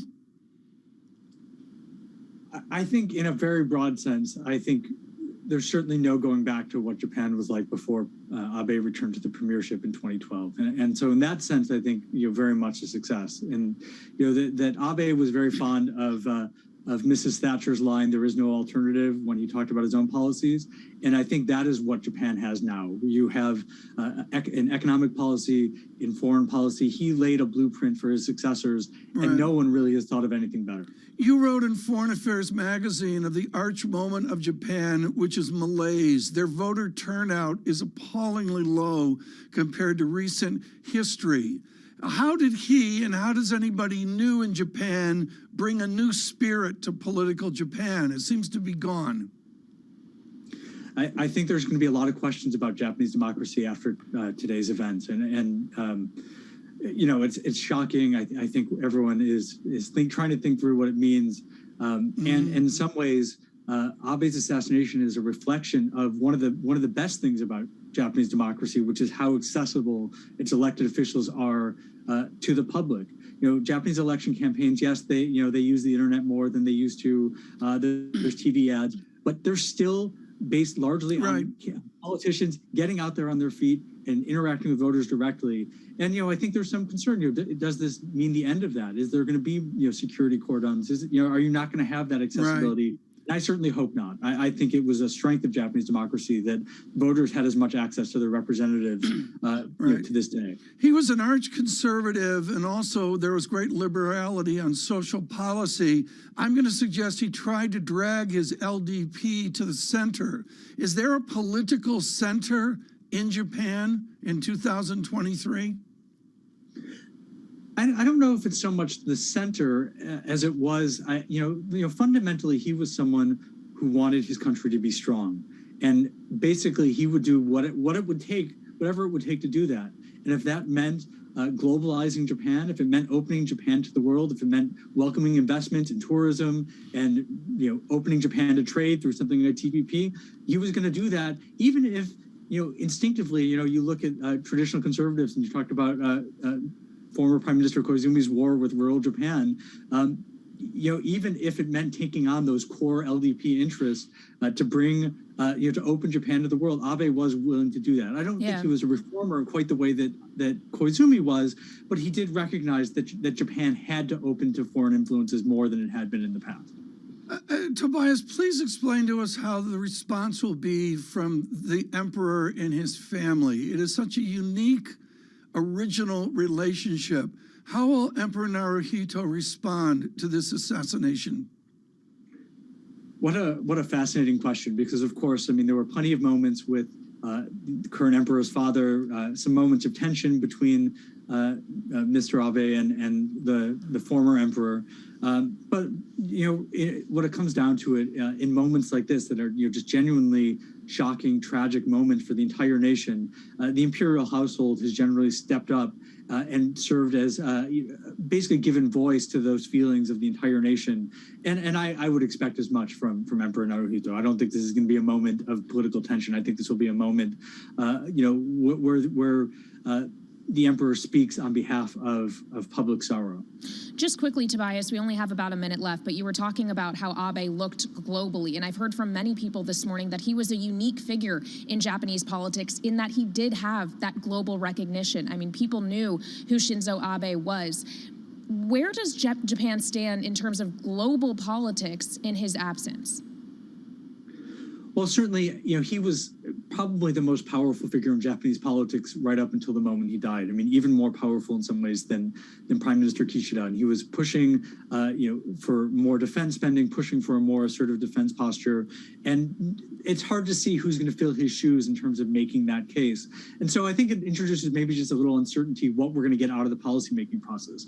I think there's going to be a lot of pressure on Kishida to maybe continue his agenda and to fulfill Abe's mission. But there's still work to do, and Kishida is going to really have to step up in the moment and continue to live up to the blueprint that Abe outlined when he was prime minister. Tobias, thank you for being with us this morning. Tobias Harris there at the Center for American Progress. Tom, just horrific. Deeply, deeply shocking for so many people waking up to this news in Japan. And I think, John, moving away from the assassination to our relationship from a distance, there is a continued, in the Bloomberg world, and John, outside it, in the Western world, an underestimation of the size, the depth, the economic and political reach of Japan within the Pacific Rim and Asia. This is something fairly recent, John, but there's a belief Japan, with Abe, without Abe, is flat on her back, and the pros tell me that's simply not true. And Tom, I mentioned the conversation that Kelly and the team had with Joachim Faust at PIMCO early this morning when he said his legacy was very much still alive. The modern-day architect in Japan of the combined monetary policy fiscal effort, the renewed push that, Tom, we've seen play out beyond Japan over the last 5 years. It'll be interesting to see, and as I mentioned again, the nascent Indo-Pacific reach of the United States of America, that has to be reaffirmed here. You wonder if we're going to hear from President Biden. Does he travel to Japan here again? In the next hour, pushing forward to Payrolls Friday, 8:30 Eastern Time, we're looking for a number in and around 260, 270,000. Your equity market down just 0.1% going into that economic data. From New York City this morning, good morning. Heard on radio, seen on TV, this is Bloomberg Surveillance.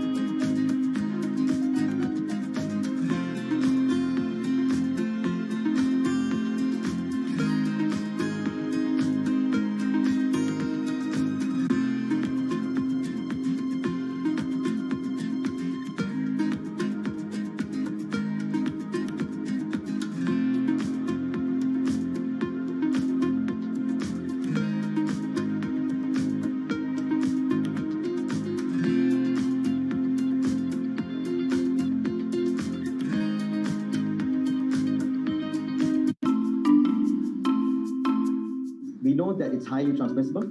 We know that 2 doses of vaccines, Pfizer vaccines specifically, neutralize the virus, but not as efficiently, because various studies showing that reduction up to 40-fold, meaning that a 3rd dose is a must for it to successfully neutralize the variant. What we don't know is still that what are the effects of mix and matching between vaccines, and what are the capabilities of antibodies produced from this mix and matching in neutralizing Omicron. Because as we know, many parts of the world use different types of vaccines. And that would be a great data to look at. It will be also great to look at, because majority of the studies done uses a small sample number, and most of the time when you translate it to real world, the data changes. So it will be really good to look at large-scale data of the ability of antibodies from vaccines to neutralize this variant. Grateful here today that the virus, Omicron variant, still uses ACE2 receptor as its main entry. It means that all of the vaccines which are designed with spike in mind still works. Imagine if it uses a different receptor other than ACE2. None of the vaccines would work today. So I think that is the best news that we got from all these studies which came recently, the past couple of days.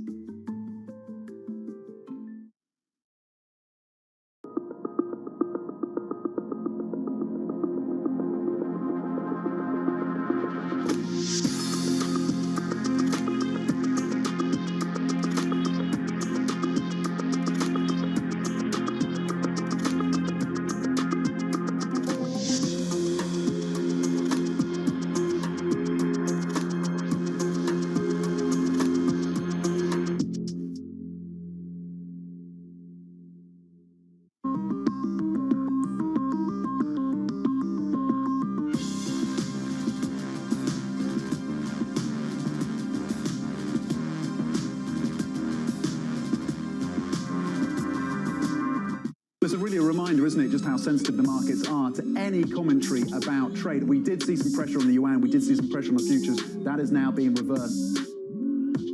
Lots happening on Wall Street. It's the basic law of economics. It validated what the market was already pricing. Need to catch up? This is Bloomberg Wall Street Week. I'm David Weston. We've got the information and insights. David, you just hit the nail right on the head. From businesses most influential and instrumental. And that's the way you run good risk management. It's a challenging dynamic. We could continue to see that kind of strength. Bloomberg Wall Street Week premieres Friday with replays all weekend on Bloomberg Television and Radio.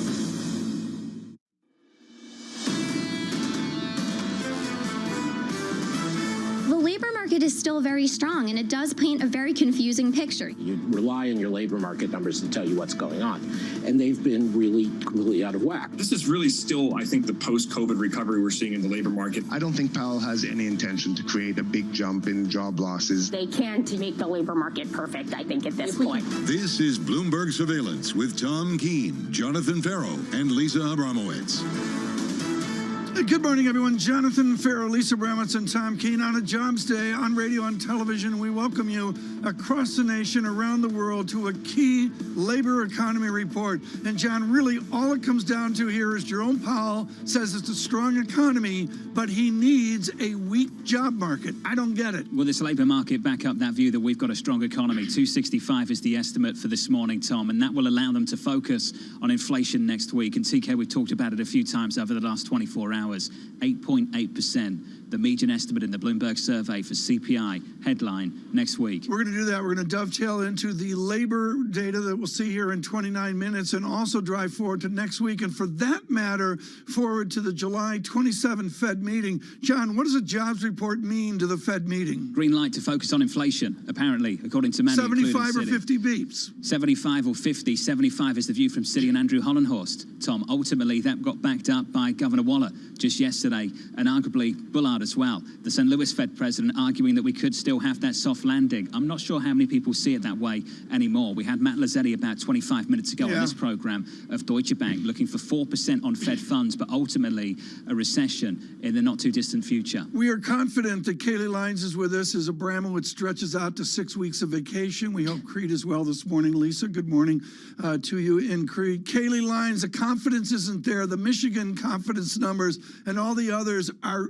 I'm going to be honest, grim is the right word to put it. How can we have a strong economy and yet grim confidence numbers? Because the dismal confidence numbers haven't yet translated into a serious reduction in activity. Yes, you are starting to see on the margin some sign of spending slowing down, or at least consumers shifting their spending away from some of those discretionary areas as they spend more on food and gas. But that's the fact of the matter. Yes, the sentiment indicators are waning. The activity is not yet. But of course, the Fed isn't so much focused on just the sentiment read. They're looking at those inflation expectations, and that's why UMich has come to matter so much for this market. Within the chemistry set of Bloomberg surveillance, John, the litmus paper is the foreign exchange market. It's helped us this week gauge emotion, gauge trend. What we've got to say still dollar on, John, as we go into this jobs report. Hey, we are very much on parity watch on euro dollar. Patrick Armstrong yesterday, Tom, with us from Plurimi Wealth, basically said this ECB might be able to get back to zero.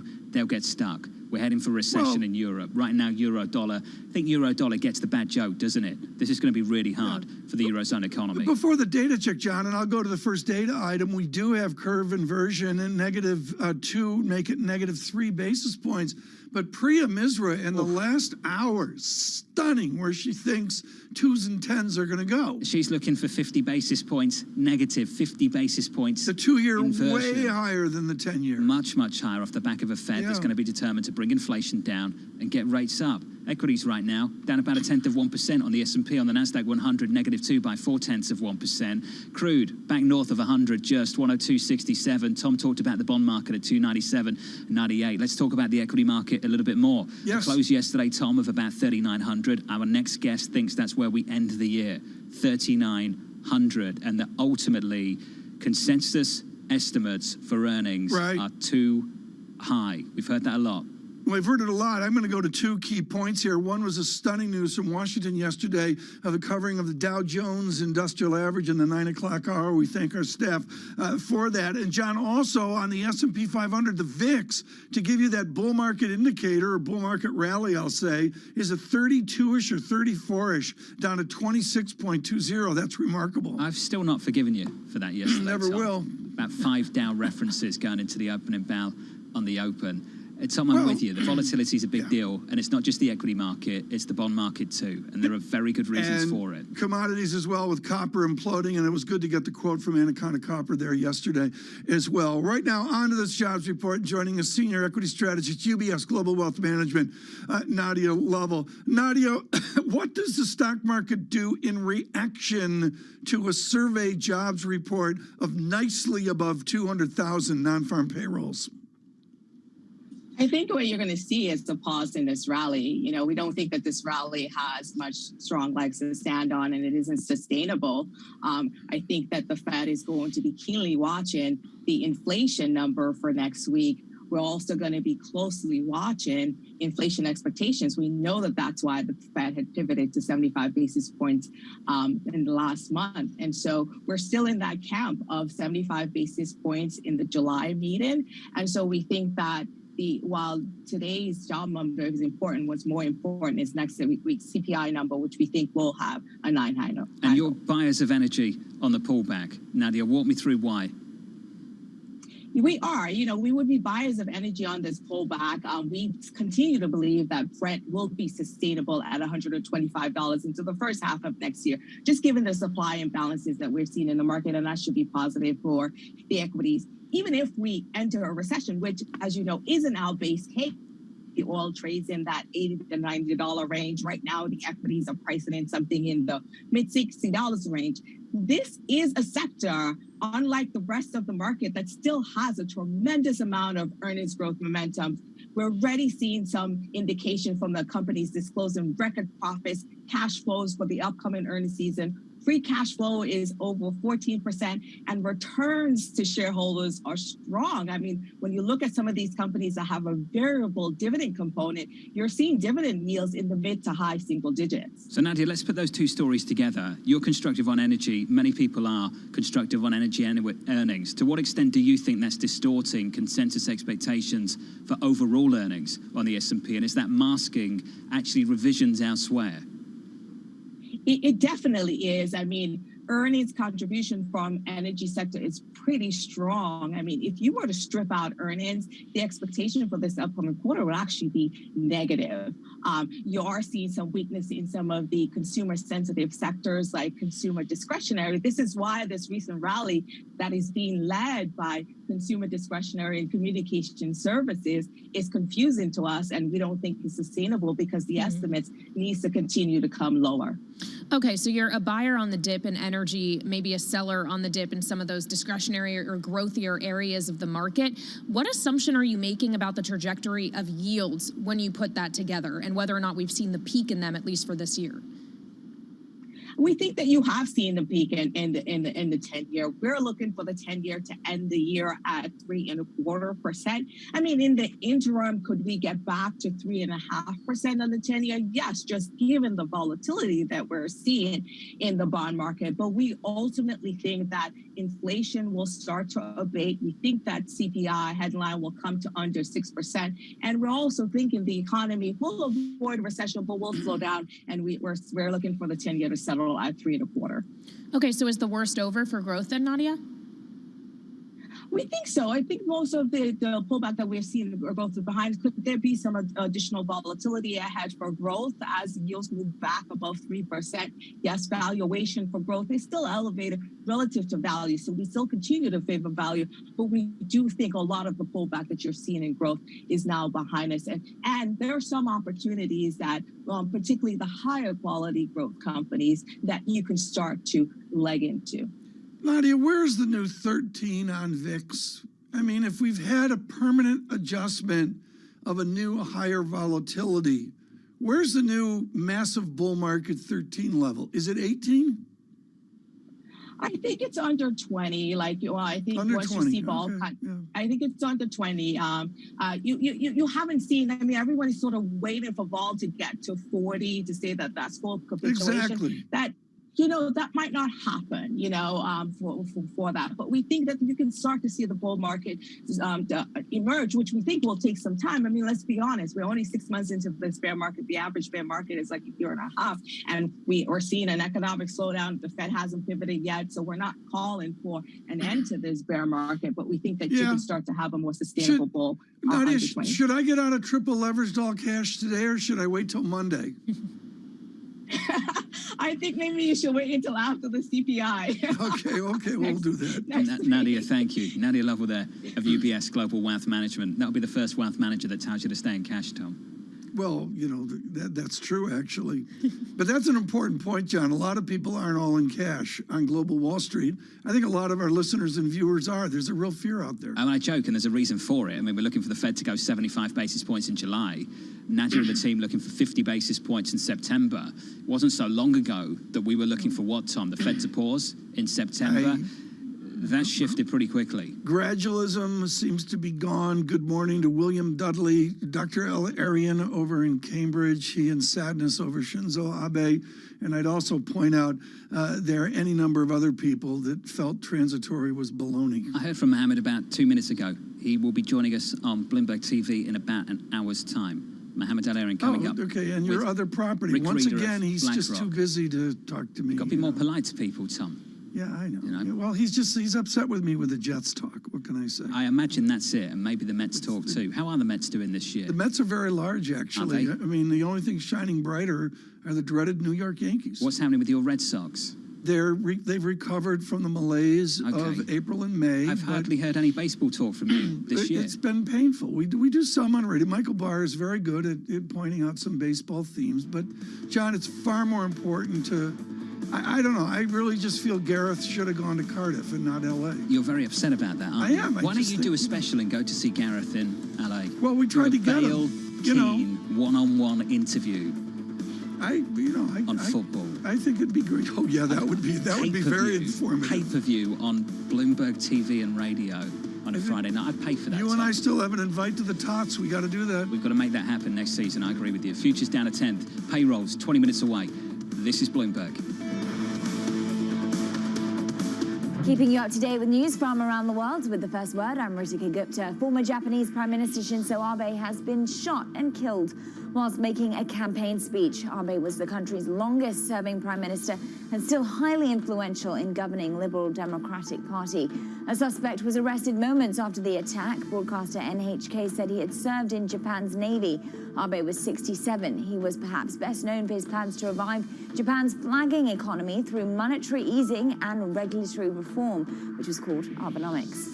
The monthly U.S. jobs report is expected to show that employment growth slowed in June. A Bloomberg survey has a median estimate of 268,000 jobs being added. That's down from 390,000 back in May. The data will factor into the Fed's decision on how much to boost interest rates this month. The numbers are out just minutes from now at 8:30 a.m. New York time. Boris Johnson is still in number 10 Downing Street after announcing he plans to resign, but his plans for an orderly retreat are being threatened. The ruling Conservative Party wants to speed up the contest to choose Johnson's successor by the end of summer. The Prime Minister's office had floated a 3-month timetable yesterday. And for a third time, Spirit Airlines has delayed a crucial shareholder vote so it can extend merger talks with Frontier and rival JetBlue. The vote had been set for today. It's now been pushed off to July 15th. That could signal that Spirit doesn't have shareholder support to move ahead with the vote on an agreement if reached with Frontier. Global news 24 hours a day on air and on Bloomberg Quick Take, powered by more than 2,700 journalists and analysts in more than 120 countries. I'm Ritika Gupta. This is Bloomberg.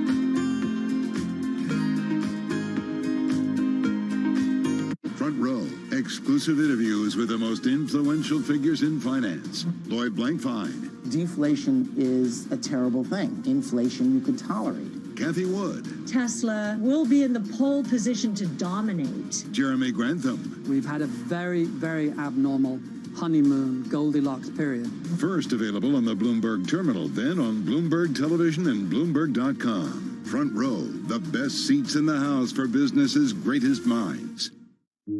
Everyone you meet in Port Harcourt has stories about what they call black soot, caused by the manufacturing and consumption of these fuel products in the illegal refineries. Oil theft, known as bunkering, and the refining of its spoils is worsening the damage from decades of fossil fuel exploitation, creating one of the world's most severe ecological disasters. Our sacred forests, our homes have to give way to oil wells, and no one gets much benefit. Imagine a resident of Port Harcourt who inhales this soot every second in 24 hours, 7 days a week, 30 days in the month, and for years now, we are dying slowly but surely, and our lifespan is reducing every day.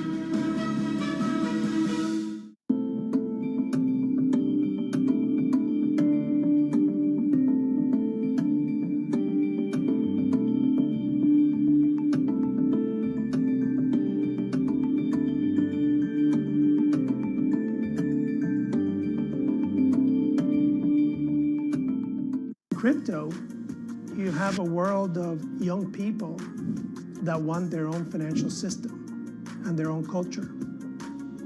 And it is very powerful, and I'm a big believer in it. This is a market that over the past few weeks has made it clear it wants to go higher. It got a little spooked by the idea that geopolitical tensions are rising.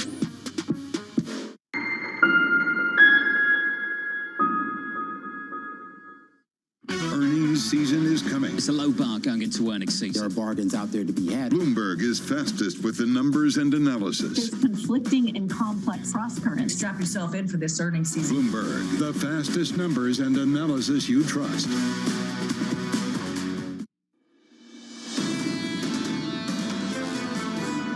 You got to take this seriously. The labor market is genuinely very tight. I'm more of the persuasion, you look at the numbers, if they don't make sense, there's something wrong with the numbers.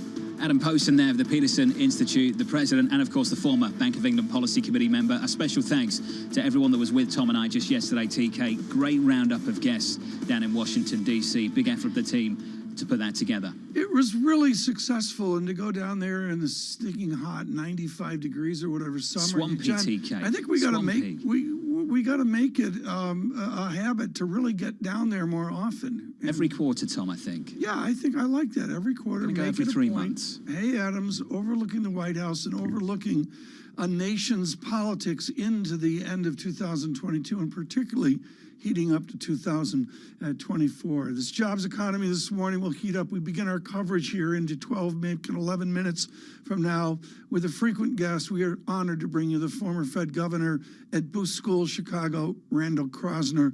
Randy, Adam Posen just on, looks for a new inflation regime where flat out we don't get back to 2%. What kind of job economy do we have if we get back and stay at a 3% inflation run rate? Well, obviously the job market is still quite hot, even if the numbers aren't so strong today. The unemployment rate is still under 4%. We've been generating an astonishing number of jobs. So I think the job market probably will weaken, but I think it's undoubtedly the case that it will be weakening, but it's still relatively strong.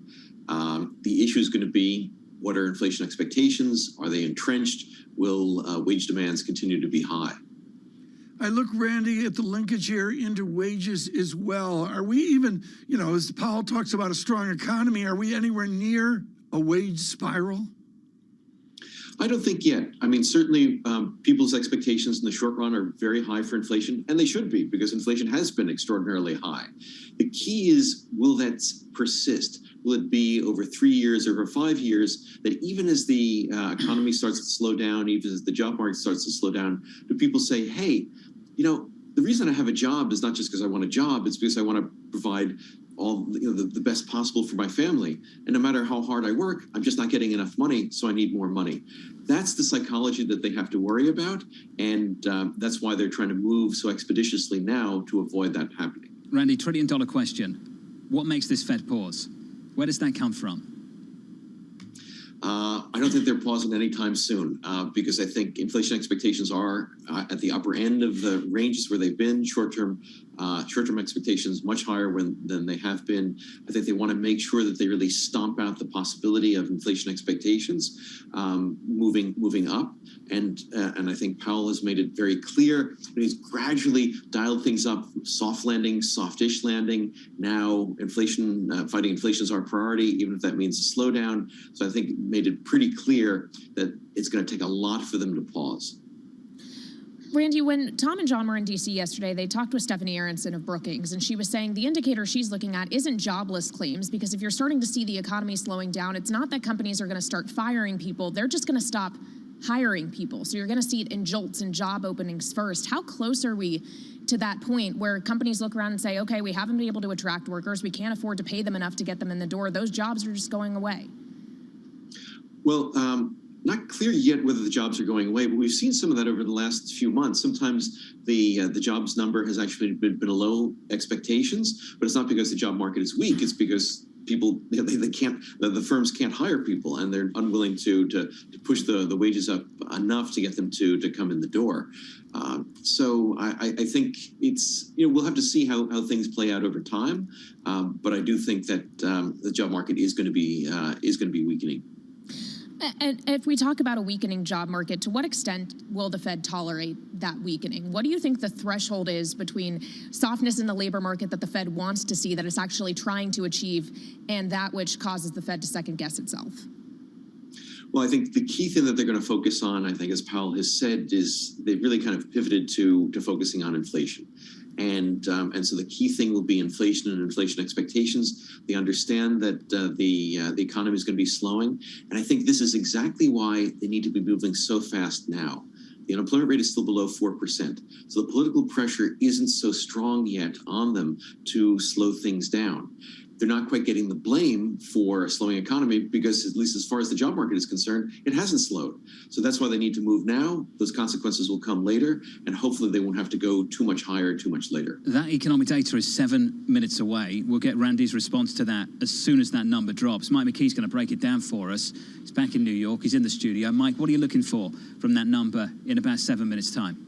Well, the headline number is expected to be 265, and I think it's going to be an interesting question about what Randy was talking about with Kayleigh, the idea of whether companies can find workers or not. Anecdotally, in the Beige Book and in the ISM surveys, we've heard that it is still tough to get workers, at least trained workers, for the jobs that are available. So that'll be one interesting thing to watch. And then I'll be paying attention to the participation rate. It's supposed to tick up a tenth to 62.4. Yeah.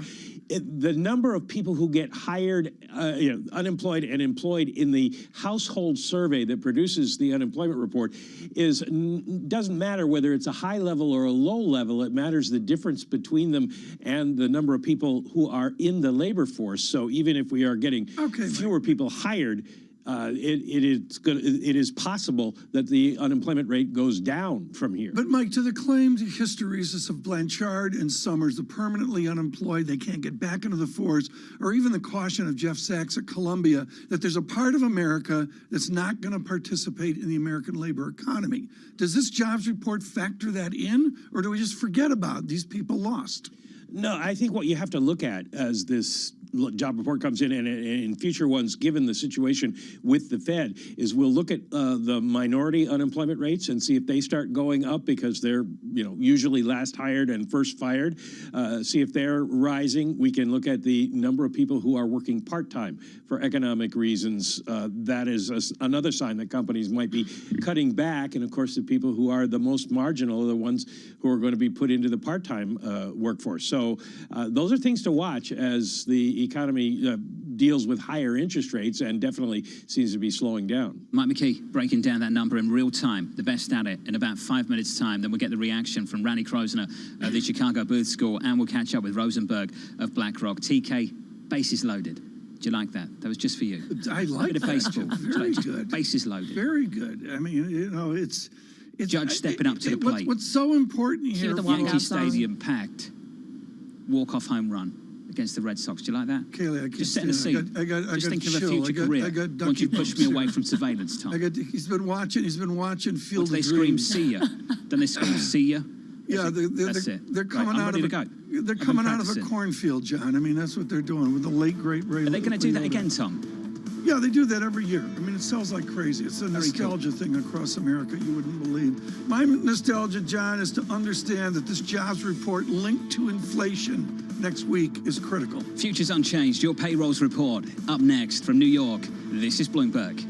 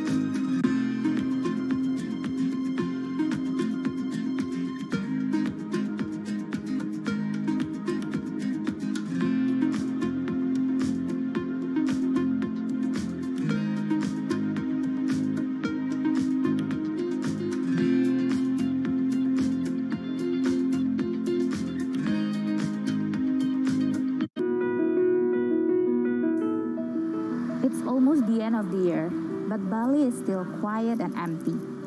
I am here in Kuta Legian, one of the main walking streets here that is used to be a tourist spot for beach, dining, shopping, but many shops here are still closed. Most of the outlets are either for rent or for sale as they have run out of business. Saya kerjanya di sini udah lama, udah ada 10 tahunan di sini kerja. Masih sepi sih, nggak kayak dulu. Kalau dulu kan rame, sekarang ya ada 1-2 itu ada, tapi nggak kayak dulu. Kalau dulu rame sekali, sekarang paling dapat jualan ya 100, 120 gitu, 200 ya. Kalau dulu sih ya nyampe dah 1 juta, 1,5 tuh nyampe dapat jualan, bisa sampai 2 juta dulu. Sekarang nggak pernah lagi dapat segitu, sama aja. Belum ada turis ke Bali, masih ya domestik aja. While Bali has reopened its borders for foreign tourists since October, they're still not coming in. Many international airlines are yet to reinstate their direct flight to the island. Balinese people here really hope they can see more people from Australia, China, and Europe to come visit next year. Bloomberg has enhanced search on the terminal to deliver what you need when you need it. Now, you can simply type phrases in everyday English in the command line. Compare financials. Find people. Analyze markets. You can enter phrases or ask questions. What do you want to know today? Ask a question or visit SearchGo to find answers now.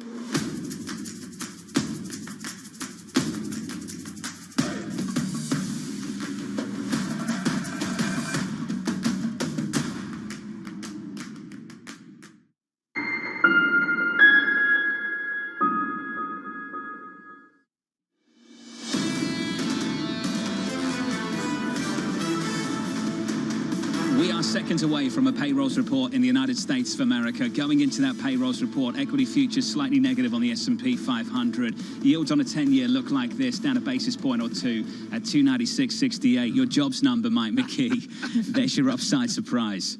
Yeah, this is going to feed the inflation side of the debate. We have 372,000 jobs created in the month of June. Offsetting that a bit is a 74,000 downward revision to the prior 2 months. Private payrolls come in at 381. Manufacturing payrolls are up 29,000. Unemployment rate unchanged, 3.6%, another month in a row where we're in that 3.5, 3.6 range. Average hourly earnings, bang on, 0.3, same as the last 2 months. This is going to give the Fed some comfort because the month over month is not accelerating. Now, they'd like to see it maybe go down another tick, but I'm not going to speak for where they think a good level is, but it is coming down, and that pushes the year-over-year level down to 5.1%. Now, the number that last month for the annualized rate of earnings was 5.3, revised up from 5.2. Labor force participation, though, here's an interesting number, 62.2. That drops a tick from 62.3 the month before. The economists had thought it would go up. So it looks like fewer people looking for work. I'll have to dive into the employment numbers here, but it looks like fewer people looking for work, and maybe that is why, even though we had a big payroll number, we did not see change in the unemployment rate. Two-year yield, we have liftoff, up 8 basis points on the session now to 3.1%. Let's round that up for you. Clearly an upside surprise driving this idea that the Fed, that green light is a little bit brighter for them to go again. 75 basis points at the end of this month. Yields up, stocks down a third of 1% on the S&P. The pain, where you'd expect the pain to be, down 0.8% on the NASDAQ 100 after a pretty tremendous week for the NASDAQ 100 so far this week. We're on parity watch for euro dollar. We had a break earlier of 101. We haven't really budged that much. 101.26 is where we are, down a third of 1%, but TK 372. The big number screaming at this Fed, it's okay to go again. Big number. Right now, it's a movable feast, and very importantly, we're going to do this for Global Wall Street. John quotes the individual yield statistics, which are important, but the spread widens out, too, on the edge of pre-misery here. We had a huge move out to negative 5.4 on the 2-10 spread, John. The key technical point for me is 8 basis points, negative 7.815 basis points. That's a pro statistic. Don't worry about it. It's too much math, but the answer is we go in the inflation. John, do we go in the 100 basis point direction? 75 is what's on the table right now. Given where they expect inflation to be. What are they waiting for? Given what they expected already, we'll see. I'm not going to say they won't do 100 basis points, Tom, because I thought they'd do 50 last time, then 2 days before the meeting they went 75. So my prediction's worth nothing. I will talk about this move at the front end, though, up 11 basis points, clearly pushing back against this idea this Fed can slow down on rate hikes anytime soon. For many people, Tom, it will be the labor market that's got to scream at them, stop. And it's not doing that right now. Inflation's going to keep nudging them to go again and go again. I have just one question for the economists out there this morning, Tom, in this data. This is another month of really robust payrolls data, Tom, on a headline. Yet unemployment's still there at 3.6%. And I wouldn't say wages are flying here. Just my perspective on looking at the incoming data, Tom. Just an observation, not a judgment about where any of this is going. Just an observation at the moment. There's enough moving parts where everybody can find a statistic that they like. Let's go to Mike McKee for a look before Governor Krosner. Hey, Mike McKee, you're looking at the data. What beneath it matters to you? Well, we talked just before the numbers came out about where you might see some issues, and we were wondering what would happen to minority unemployment. It is kind of mixed. Blacker African-American unemployment fell to 5.8 from 6.2. So no sign of people getting laid off, last hired, first fired in that category. Hispanics did not change, 4.3. A rise in Asian unemployment of 0.6, which is kind of unusual, and I would guess that might be statistical noise in there somewhere, but that's at 3%, still a very, very low number there. And then taking a look at the numbers that go into the unemployment rate, the labor force fell by 353,000, even though the participation rate was 62.2. Employment was down by 315, and unemployment was down by 38. So the household survey diverging significantly from the establishment survey in terms of number of jobs, but the unemployment rate, because of the change in participation, not moving. Quickly, Michael, here. John from Coventry emails in and says, what does this mean for the Secretary of Labor, Mr. Walsh?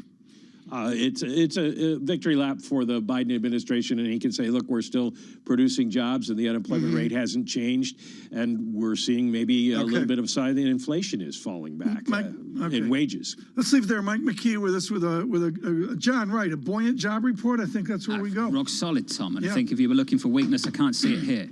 We move to the former governor of the Federal Reserve and at Booth School, Randall Krosner, for brief comments here as well. Randy, we had gradualism and a measured moment with Greenspan. Is that history now with this odd economy?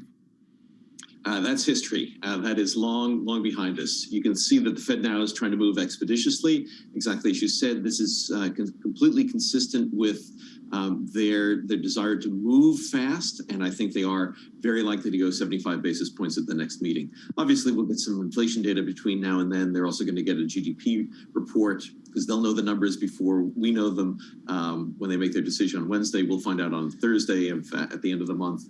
But I think they're going to go 75, and I think there's nothing in this report that would slow them down from that. Randy, there's just a question I have. I don't want to make too much of a big deal of it. It's just something that keeps jumping out to me. We keep churning out really robust jobs growth. Payrolls, 372,000. Unemployment's really stabilized at 3.6%. I'd love your thoughts on what you make of that. Well, this is exactly as Mike said. You've got two different surveys and different ways of gathering the data, so they're not always exactly the same. And we don't always know month to month why one is going one direction, one's going another direction. But I think both of them point to pretty robust job market right now. But I do see that weakening by the fall. And what do you make of a lower participation rate, 62.2%, Randy? Well, it's sort of been bouncing around 62.2, 62.3. I think, it's small enough to, and it's only month-to-month movements. It's too difficult to make too much of that. But I think what it says is that there's a large number of people who I think are just not going to come back into the labor market. I think especially older workers that had come in really, really robustly before the pandemic struck have just said, this is just too risky. There's really no need for me to be in the job market and being exposed. I want to be spending time with my kids. I want to be spending time traveling with my loved ones. And I think we're just not going to see the labor force participation rate move up to where it was pre-pandemic. Randy, great to have you with us. Randall Krosner there of the University of Chicago Booth School responding to that upside surprise. 372,000 on payrolls and yields on a 2-year up 9 basis points now to 3.1. We can call it 3.1% on a 2-year yield. The light stays green for this Fed to go again, perhaps 75 basis points. Looking forward to catching up with the panel in about 20 minutes' time. Rick Reeder, Mohamed Al-Arian, Sabaja Rajappa, Mike Collins, and we'll talk to the White House, Secretary Walsh, Tom, coming up in about 50 minutes or so on Bloomberg TV and radio. Most interesting as well, and I just can say the smartest strategist I've heard in recent days is the strategist Jerome Powell, works for a small firm down in Washington, where he said, it is a strong economy. Jeffrey Rosenberg now leads us forward. He is with BlackRock. He is co-lead portfolio manager of the Systematic Multi-Strategy Fund. Jeff, that's a mouthful. Let's cut to the chase. How do you devolve this odd economy and the new volatility you're living in the bond market down to a systematic strategy? Well, Tom, it's an odd economy, as you point out, but it's a payroll report, as Jonathan nailed right at the beginning, that solidifies 75 basis points. Going into this, the market is expecting a slowdown in payrolls. You heard Randy talk about that into the fall. That's still the case, but it's not slowing fast enough, and so the Fed is going to have to do more. And when you see the lack of labor force participation, and I agree with Randy, we don't want to overinterpret, 0.1, yes, here, there, but you haven't really seen that. And that's a real problem on the wage inflation front. So, the lack of payroll slowing here, and the lack of an increase in participation is just again highlighting the pressures on the Fed here, that you have an overheating economy and they need to really push on the demand side. And so you're seeing the reaction in the front end, reflective of that. Jeff, I want to go to the wheelhouse of what you do, which is linking full faith and credit into trying to not lose money here. Priya Misra over at TD Securities talks about a very serious inversion, perhaps even a greater inversion than what we saw within 2000. Folks, this is where the 2-year yield is substantially higher than the 10-year yield. What does each basis point mean of larger inversion going forward? What does that mean in the real world of not trying to lose money in fixed income? Yeah, well, the first part of that, of what it means, and you're seeing a bit of that movement in reaction to today's print, where bigger increases in the short end, lower increases in the long end, and a flattening of the curve, is really the market expecting the Fed to tighten into a recession. And this isn't a new expectation, but it's certainly the reaction again to today's data where, as I just said, the labor markets are very hot. The Fed has to do more. And if you look at kind of what's priced into the market in a forward basis, it has the 1 year or the Fed funds rate 2 years out from now lower than where it's expected in 1 year. So what is that saying? It's saying that the market is expecting the Fed to push us into a recession. And that's the same message that you see when you talk about an inverted yield curve, that front end interest rates are going to reflect Fed policy. The longer end interest rates are going to reflect that future expectation of recession. And you heard Powell, basically admit and really in the minutes that they're willing to take that risk because the bigger risk is letting inflation become entrenched. And I think that's right. I mean, Kaylee, it's so important here, and I'll have the chart for Monday, folks. We'll do it in the 5 a.m. hour if they let me in the building. Kaylee, I look at curve inversion, and we forget how rare this is. I really got to go back 30 years to get out to a 0.5 percentage point inversion in the curve. That's how rare what some of these strategists are talking about. Yeah, we're talking 1980s, the last time we saw a yield curve inverted by 50 basis points. And yet, that is what we heard from Priya Misra earlier. She basically echoed the sentiment that the Fed is going to be focused on inflation. They're going to continue to be aggressive, even if we do see that softening in the economy. Therefore, you continue to see the short end a lot higher than the long end. So, Jeff, do you agree with that we could ultimately end up at 0.5 percentage point inverted? Would the Fed tolerate that? Well, it's really about the broader question of how will, as we get into the fall and you start to see the impact of a slowing economy, how will the Fed balance its two objectives between inflation fighting, which is front and center? What they're saying is the number one objective. It's kind of easy to do that when the labor markets are red hot, and Secretary Walsh, as you're going to have later on the program, takes a victory lap. It's going to be a lot harder for the Fed and therefore for the market to still talk about inflation as the only objective when we're looking at an environment when inflation, the year-over-year basis, is coming down, but unemployment is potentially going up, or at least these payroll figures are going down. So, Priya's call on the inversion is really a statement that they're going to maintain into a slowing economy this very aggressive stance on Fed tightening. They may or may not do that. I think it's an open question as we get into data that is a little bit more mixed in terms of the growth inflation trade-off. But clearly, if they maintain this degree of inflation fighting focus into an environment that is clearly slowing, then yes, you could see that degree of inversion in the curve. Okay, so the operative word there being if. The question of whether or not that the Fed is going to blink. It used to be a conversation of September. That clearly has shifted, with some people still looking for 50 basis points in September. How long, Jeff, do you think it will take the data to deteriorate enough that there is a potential that the Fed thinks twice?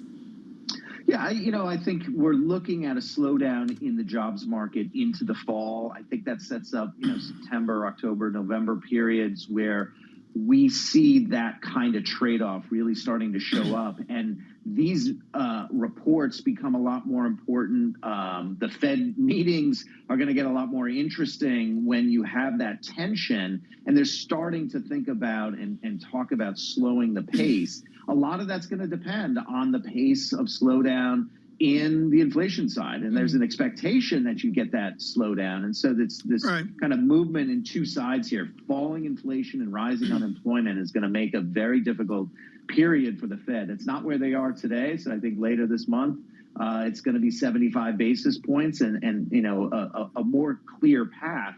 But I think as we get into the fall and the impact of the tightening and financial conditions shows up in the labor markets, then we're going to see this trade-off manifest in the Fed's decisions. On radio and television, if you're joining us, Jeffrey Rosenberg with us with BlackRock. After a buoyant jobs report, two-year reacts sharply with a higher two-year yield on 11 basis points, 3.12%, with some substantial -4 basis points curve inversion as well. Equities on the chin, ever so slightly, not down a lot. Futures down 26, Dow futures down 103. The VIX comes out 0.36 points, 26.44. Jeff, you're living a Bloomberg total return all-in index of a -12%. I'm going to chart it out from 2020 is -6% annualized in bonds. How do you hide? Do you hide by going short duration?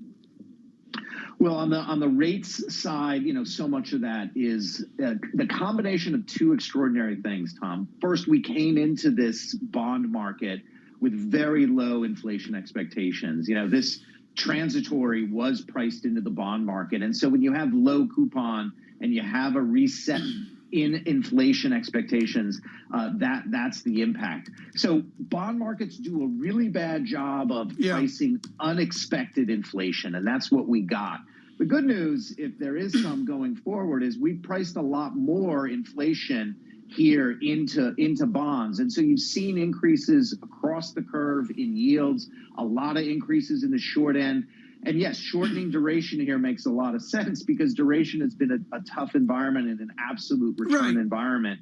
And so the yields are getting to a better place. Now, we need to see the inflation forecast validated for that to manifest. There's still a risk there, but certainly we've priced in a better inflation expectation trajectory. If we start to realize these forecasts and inflation coming down, some of that yield increase is going to be a little bit more protective in the front end of the curve. Kayleigh, what I'm hearing here from Mr. Rosenberg is the immense amount of uncertainty going forward, and let's already sell it here up to the inflation report of next week. Yeah, an inflation report that could near a 9 handle on CPI, Tom, on Wednesday. So that's going to be something that this bond market is watching carefully. And talking of the uncertainty that's out there, the amount of volatility we have seen and continue to see, we've almost gotten used to the idea that we see double-digit basis point moves on yields. The two-year yield right now doing the exact same thing today, up a whopping 11 basis points on the back of this data.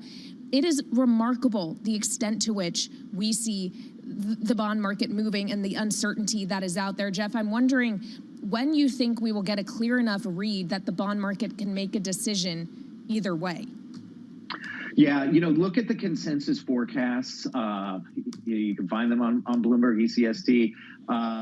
Sorry for the product plug there for you guys. But the consensus forecasts have inflation on a year-over-year basis, you know, coming down. So we need to see that. And as you point out, you know, the CPI reports are as important now than these payroll reports. Arguably even more important as inflation is really the central issue for the outlook for financial markets. So that's what we need to see. That's what the bond market needs to see on these monthly figures, you know, coming down into the forecast range and seeing the broadening of inflation story start to pull back. It's been a bad set 2 months in a row where it's been the opposite. And that's why we've gotten this change from the Fed, as Jonathan pointed out, expecting 50 and getting 75.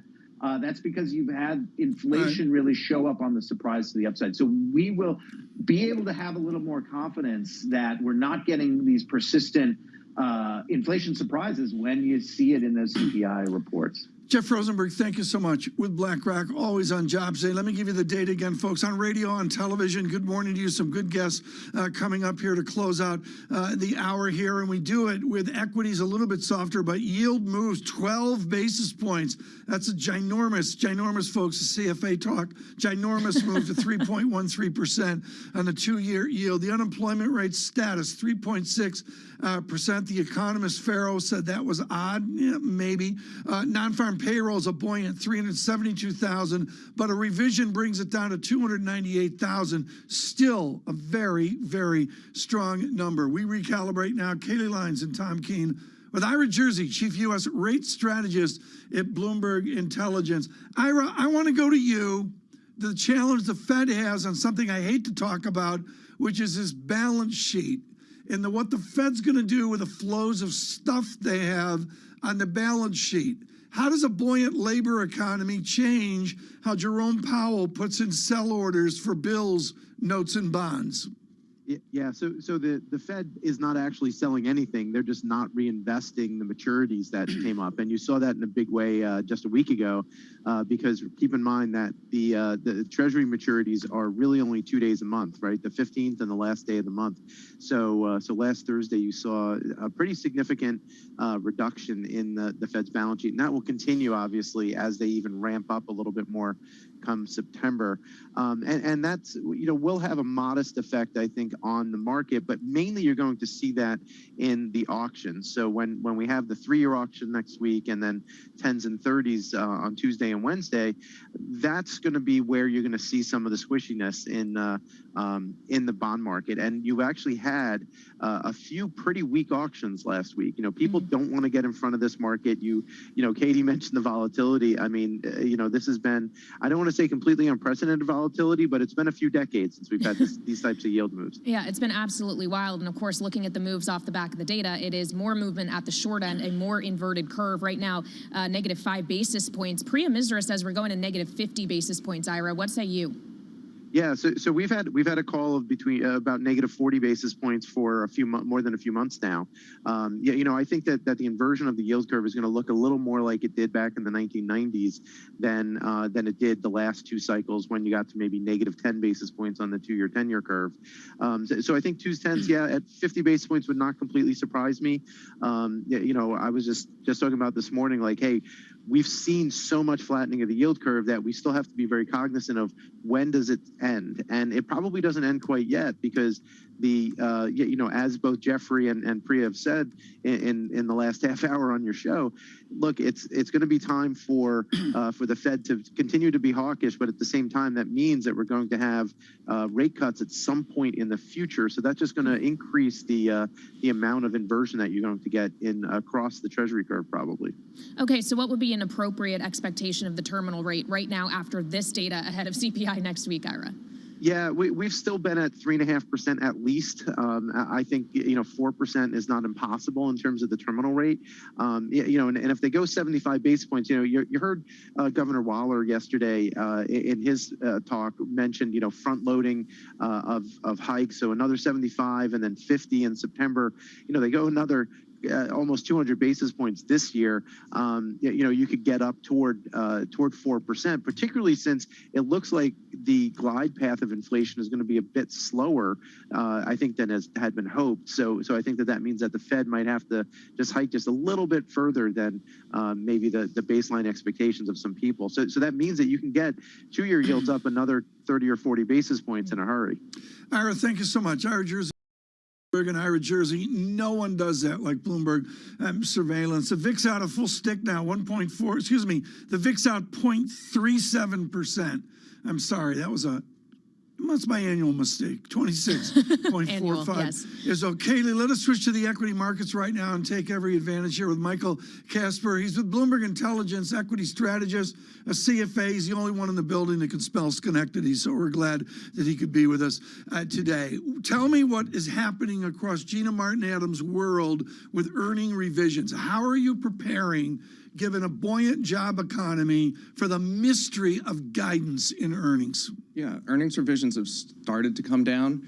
If you look at our chart book from last week, we have a net revision breadth chart, which shows the number of negative revisions versus positive revisions. And that's finally starting to turn over. That's finally gone negative. Do you have a number on earnings growth? I mean, forget about guidance forward. At the present of this earnings season, what's the statistic you have on earnings growth? It's going to look, or at least consensus is close to 10%, but again, it's kind of a mystery where margins are going. I mean, margins are slowly being revised down, operating margins revised down, and the magnitude of the miss on operating margins is really the big question, where that EPS number is going to end up. How much of that margin pressure do you anticipate is going to come from the labor side, considering, yes, we saw 5.1% year on year, but month on month, we were steady. It doesn't seem that that wage growth pressure is getting worse, at least right now. Yeah, I think still quite a bit, and that's going to be mainly a problem for discretionary and tech and some of the more growthy stocks. But that the non-farm payrolls number coming in way higher than expected kind of suggests the Phillips curve is back in vogue. Inflation's going to remain high, margins are going to remain under pressure. Okay, we're just getting some headlines out of Raphael Bostic of the Atlanta Fed right now. He's talking about how the jobs report shows the economy is strong, saying that they can move 75 basis points at the next meeting and not damage the economy. How much economic damage do we need to see before it does real damage to earnings growth that, by and large, even given all of the supply side input cost pressures we have seen, have been able to hang in there? Yeah, there's going to need to be quite a bit of damage to hit earnings growth. I mean, when you have high inflation, you're also going to have high revenues, right? So revenue growth is still going to be pretty strong. You've really got to collapse that margin line. And companies have been pretty good about taking that hit in stride. You've really got to collapse that margin line, though, to get the hit on EPS. Are you seeing companies adapt? Just a simple, I'm a huge believer that given the cards dealt, companies adapt. Are you seeing, within the microcosm of a zillion companies in America, are you seeing the beginnings of adapting? Yeah, I mean, Give us an example. The one that really sticks out in my head is Amazon. You know, they put that 5% surcharge on for inflation a couple months ago, and that's just really an example of one of the biggest companies taking advantage of the inflation situation and adapting. Does the zeitgeist underestimate what you at Bloomberg Intelligence are seeing every day? Not necessarily. I don't think so. Okay, well, you're allowed to, Kaylee, Michael's got to help us here. He's supposed to say, no, Bloomberg Intelligence is all-knowing. Yeah. They are all-knowing. We so appreciate their insight. If we could take this down to kind of the sector level, I automatically, after data like this, after looking at the moves in the bond market, take a look at the banks and just looking at the select sector SPDR ETF, which is how I kind of gauge the action for the sector as a whole before the opening bell actually rings. Up 0.25%. How do you balance the idea that, yes, the Fed is going to be hiking rates, that's going higher, but you also have an inverted yield curve and fear around a recession, and put it into a thesis for the financial sector? Yeah, so the financial sector, trades very closely with the 2s10s curve. Obviously, that's inverting, possibly getting even deeper inverted. So that's going to be a negative for financials performance. Kind of doesn't matter as much for the fundamentals for financials. That's going to be more about the 3-month, 5-year, and some of the other curves. But certainly performance is going to be impinged by the 2s10s inverting. Michael, thank you so much. Michael Casper with us with Bloomberg Intelligence. Kaylee, let's wrap this up if we can. I'm going to go through the job statistics with a 3.6% unemployment rate. I would note Canada with actually some negative numbers, but they get, I believe I can say, a record low unemployment rate north of the border. That in itself is interesting as well. And then on the jobs run, I'm sorry, Kayla, we're running at a 300,000 level. Yeah, it's hot, Tom, and maybe hotter even than the Federal Reserve would like, even though they want to be able to say the labor market is strong, it can tolerate this economy, us being aggressive and hiking rates. But at some point, they're going to want it to cool down. That's kind of the goal here, and you're not seeing it yet. As we think about all of that, what we are left with is a big move at the short end of the curve. The 2-year yield right now is up about 10 basis points. It is an inverted yield curve to the tune of about 4 or 5 basis points at the moment, with the long end kind of hanging back a bit. Wow. It's pretty stunning, these moves in the bond market. I know I should be used to it by now, Tom, but every day it's just, wow. Well, no, as we heard someone say this morning, multi-decade gyrations here that we see. The heart of the matter is, though, folks, within what we've observed this week is the great miscall on weak dollar. It just simply hasn't happened. We spent far too little time this week on EM economies, which really have struggled. They get a little bit of a breath of fresh air today, but it's been brutal for EM against strong dollar. And I do want to point, just looking at the major DXY index that has less of EM in it than the Bloomberg index, we are way out over 2 standard deviations in a strong dollar move. And Kaylee, as we go into the inflation report next week, dollar dynamics still critical. Yeah, and parity watch probably also going to be where we are next week. Right now, euro dollar 101.44, Tom. Of course, we had a break of 101 earlier today. what does that mean for Christine Lagarde? We've talked so much about the Federal Reserve. What's the ECB going to do? It was a fragmentation July. Please stay with us on the many stories this Friday on radio and television. Good morning.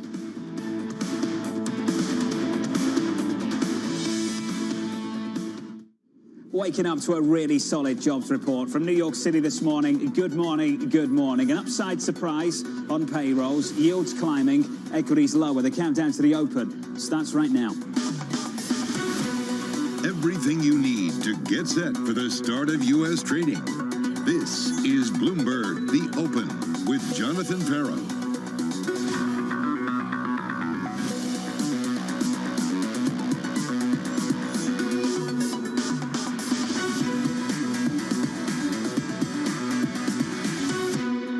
From New York, we begin with the big issue. It's Jobs Day in America. The jobs report. This Friday's payroll report. The employment number. What we are going to watch is whether that unemployment rate ticks up. Everyone now is picking on the two E's, and that's employment and earnings. We're going to need to see a real deterioration in the labor market to really worry about a significant contraction. Employment is still quite strong out there. Good news is bad news. That just means the Fed could go 75. The economy is slowing, but the Fed wants it to slow. The labor market, it's a lagging indicator. Obviously, the payrolls report on Friday will be interesting. I don't think it's really this month necessarily or next month that we need to look out for. I still think it's a really tough and tight job market. It's 2 or 3 months from now or 4 months from now. This jobs report looks rock solid to me. Here's Mike McKee with more. Morning, Mike. Good morning, John. It was much better than anyone expected, coming in at 372,000 for the month of May, and up a little bit of a downgrade to April, 384. For May, 384,000. The unemployment rate, 3.6%, unchanged. And the number that is going to catch the Fed's eye is average hourly earnings, revised up in May to 0.4% and a 5.3% annual rate, but it comes down this month to 0.351. So we're seeing job growth without a lot of wage growth. Now, that may not be what they want to see in terms of the average person, but it does suggest that the inflation pressures are easing a little bit from this high job growth. Where the jobs are: professional and business services, 74,000, leisure and hospitality, 67,000, and healthcare always. But healthcare is also one of the lower paid categories. Retail and warehousing, I'm putting these together because we're seeing fewer people in stores, but more people in the Amazon kind of warehouses. It's almost one category right now. So where does that leave us? Well, I think, John, that this kind of diminishes the importance of the CPI report next week. We did have the decline of 74,000 in the prior 2 months, but as Peter Cheer put it in a note this morning, that's not in the market now. The market now is looking for where we are with inflation and growth. Inflation is strong enough and job growth is strong enough that the Fed can go 75, and it really doesn't matter what the CPI inflation rate is going to be. They're going to be locked into that 75, and the market's going to be back up there as well. Mike McKee, looking ahead to the Fed off the back of this payrolls report. Mike McKee, thank you. Looking ahead to July 13th as well. That's next Wednesday, the CPI report. In our survey so far, the median estimate 8.8% on inflation in America. Here's the market story. Futures gap lower, then bounce back a little bit, down about 0.5% on the S&P. Yields break out, and if I was going to pick 1 point on the curve right now for Treasuries, it's the 2-year. The 2-year out by about 9 basis points, up 3 to 3.1%, up 9 basis points on the session, and climbing through most of this week as well. That's the story with the market. Let's get to the panel. Joining us now is BlackRock's Rick Reeder, Mohammed Al-Erin of Queen's College, Cambridge. To the both of you gents, it's been a while since we've had you both on, so thank you very much. Mohammed, let's start with you, sir. Your reaction to that jobs number from 30 minutes ago. Well, like you said and Mike said, it is a strong report, but it has one disappointment, and I want to stress that. You know, it's great to see so many jobs created. It's great to see wage growth at 5%. It's great to see an unemployment rate at 3.6%. But we need labor force participation to go up. Labor force participation is to the labor market what higher productivity is to the economy as a whole. It can solve a lot of problems. And unfortunately, labor force participation came down, and that complicates the takeaways from this job report. Rick, your thoughts? I mean, I agree with Mohammed. So I'm pretty surprised with the characterization. This is a solid report. It keeps the Fed moving. There's no ambiguity around that. It's strong enough. But I would modify a little bit of how strong this report. I mean, look at the household survey; it was down over 300,000 jobs. There's something strange going on with the divergence between the payroll and the household survey, the top line payroll numbers and the household survey, because it's been the last 3 months, the household survey has been pretty soft. The other thing that, listen, I think you got to characterize as a strong report, but it's interesting if you go back and look at the JOLTS report we got this week, and you look at things which I study quite a bit, a couple of sectors, professional and business services was down over 300,000 job openings. Manufacturing was down about 200,000 job openings. There is clearly a transition taking place. The first thing you do is you start freezing hiring. You start cutting those openings, and you saw that in those cyclical places. You saw that in a pretty profound way. So, there's a question of solid report, household survey, curious why it's so soft relative to the other one, and things are evolving. And by the way, if you look at, this is a stronger report. You look at the 3-month moving average versus a 6-month versus 12-month.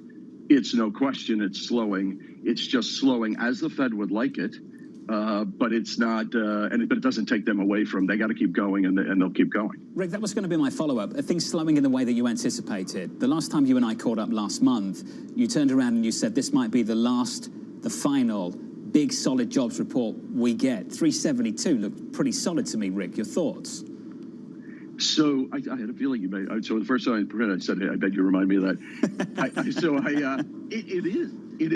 It is stronger than I thought it would be from that top line. Again, there's something funky going on around. Why is the household survey creating this sort of softness? Why are the openings? Whether you look at all the ISM data around employment, I mean, it's pretty clear the employment numbers slowing pretty quickly. This was a solid report, no ambiguity to it. It was more solid than I would expect. I'm curious to see over coming months how the revisions take place, how you think about this, but it is definitely more solid than I would have thought it would be. Mohammed, is there anything in the data, as far as the eye can see from your perspective, that you think gives this Fed pause for thought, makes them sit around, look around and say, we need to slow down? They won't get that from the CPI data. They won't get that from the jobs data. They would get it if they took a more holistic view of the economy. You know what happened to orders in ISM, but this Fed isn't stopping. This Fed is going to do 75 basis points when it meets this month. And this Fed needs to catch up, John. They're not just reacting, they are catching up. And that's why they simply cannot wait. And 75 is the new 50 now, for now. Can we talk about how restrictive you think they need to get, Mohammed, reflecting on the minutes we've had earlier this week and folding that into the data from this morning? So I think they certainly are going to try to get to the restrictive level. I worry that on the way there, they may break something, and then you get the stop-go phenomenon that would be the worst possible outcome for this economy. We need to get inflation out of the system. We really do. And we need to take advantage. We should have taken even more advantage last year of the strong economy, but we still need to take advantage of a strong labor market to get that done. Because otherwise, we will have both an inflation problem and a growth problem next year. Something you've said, Rick, and you've said a few times, they need to get to neutral first. Rick, are they anywhere near neutral in your mind, from your perspective? So you get to 75 done in July, and then you get to about the number that would have been neutral, and like Mohammed says, you got to go a bit past neutral. Listen, one man's opinion, I think they're going to go to 75. I think they'll get a 50 done in September. But I think we're going to get data over the coming months. And by the way, we've seen a lot in the last week and a half. You look at some of the the personal spending data. You look at some of the ISM data. You look at PMIs. And by the way, Europe, the dynamics around Europe. I think you're seeing a number of characterizations that we're going to see through earnings as well of a significantly slowing economy. And Mohammed made one very critical point. We are watching things break along the way, whether it's the very levered structures that are coming under pressure, whether it's the refinancing in parts of real estate, resi, commercial, that are starting to crack a little bit.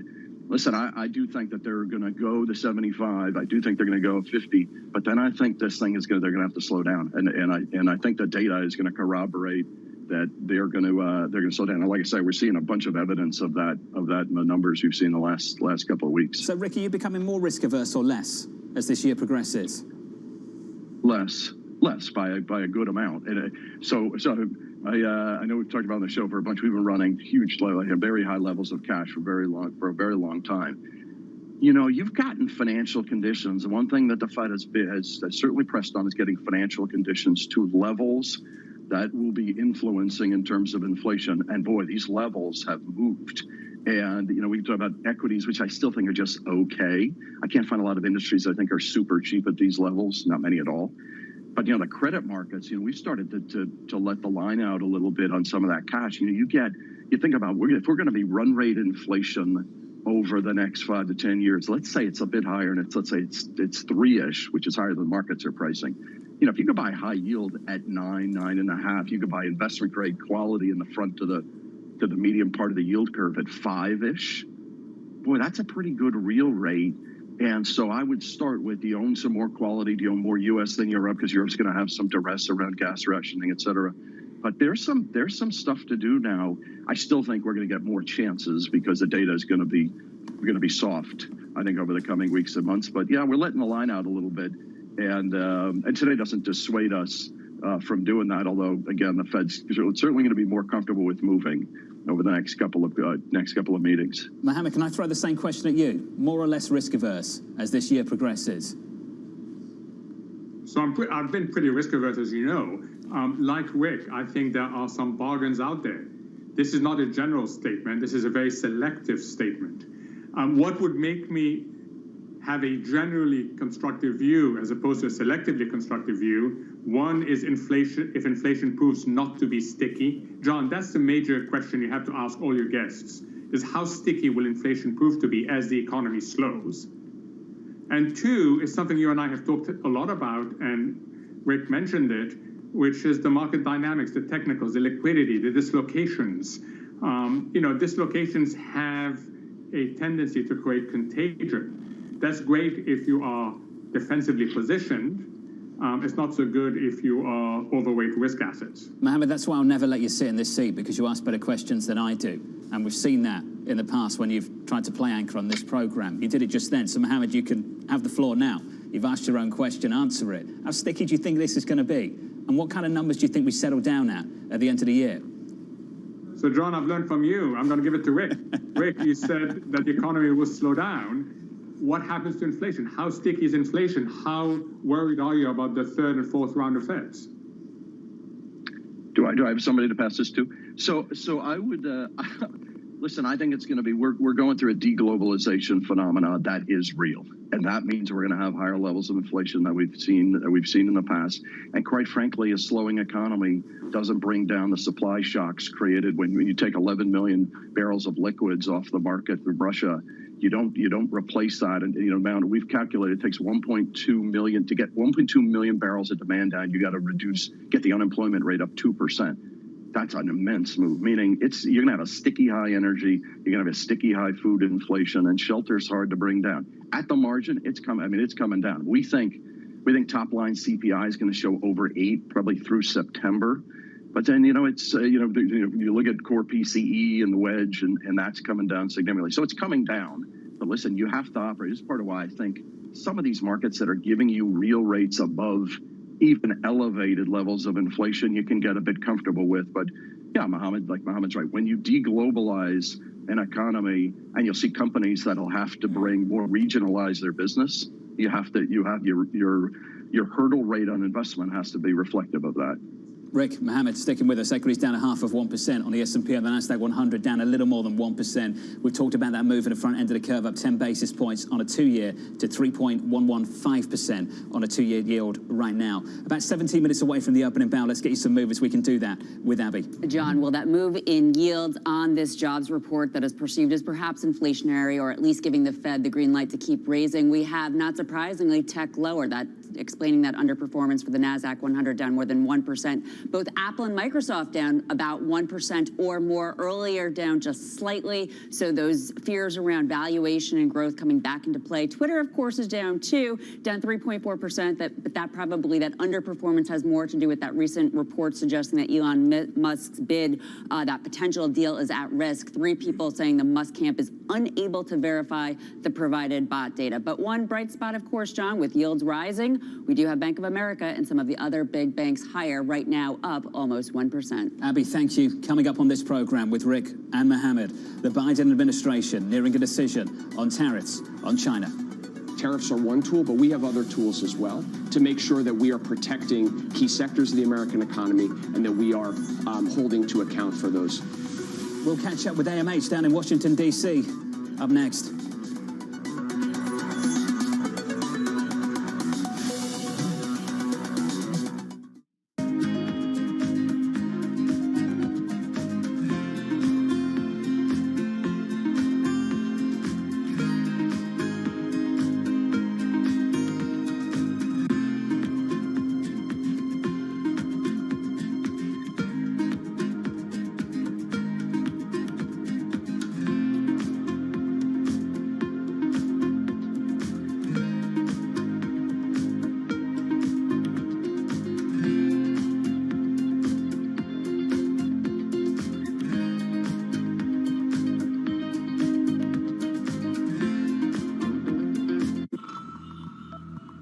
The Indian city of Jamnagar is a money-making machine for Asia's richest man, Mukesh Ambani.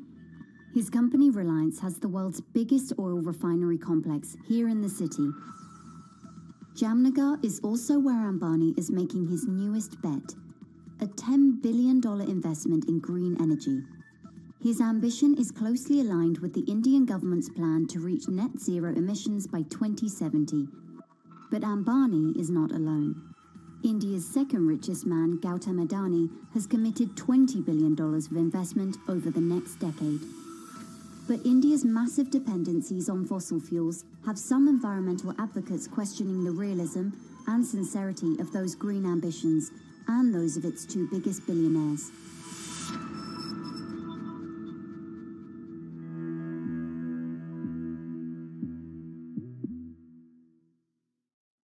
This is a market that over the past few weeks has made it clear it wants to go higher. It got a little spooked by the idea that geopolitical tensions are rising.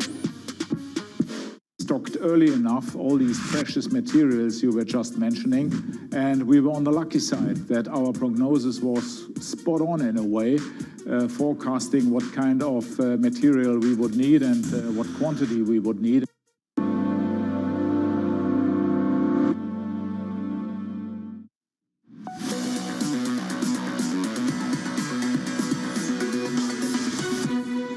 There's no question that if you look at what the Chinese economy and the non-market practices that the Chinese leadership are undertaking, that there are sectors of the economy where they are engaged in unacceptable activities and that those present a strategic risk to our economy and our national security. Tariffs are one tool, but we have other tools as well to make sure that we are protecting key sectors of the American economy and that we are holding to account for those.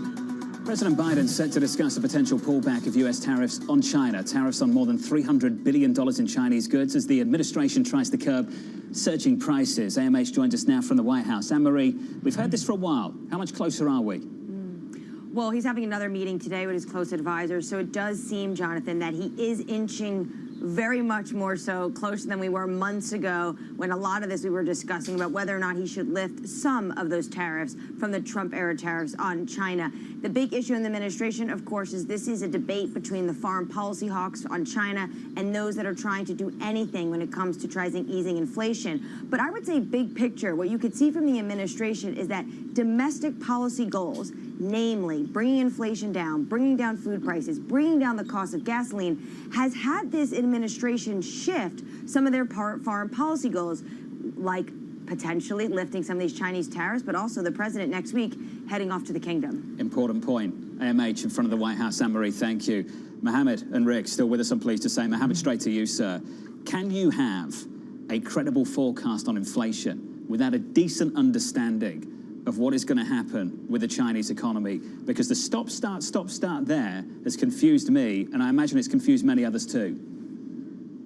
No, you're absolutely right. And let me tell you, John, I'm willing to put my neck out and say it is going to continue to be a problem. You cannot reconcile zero COVID policy with Omicron if you don't have the mRNA vaccines.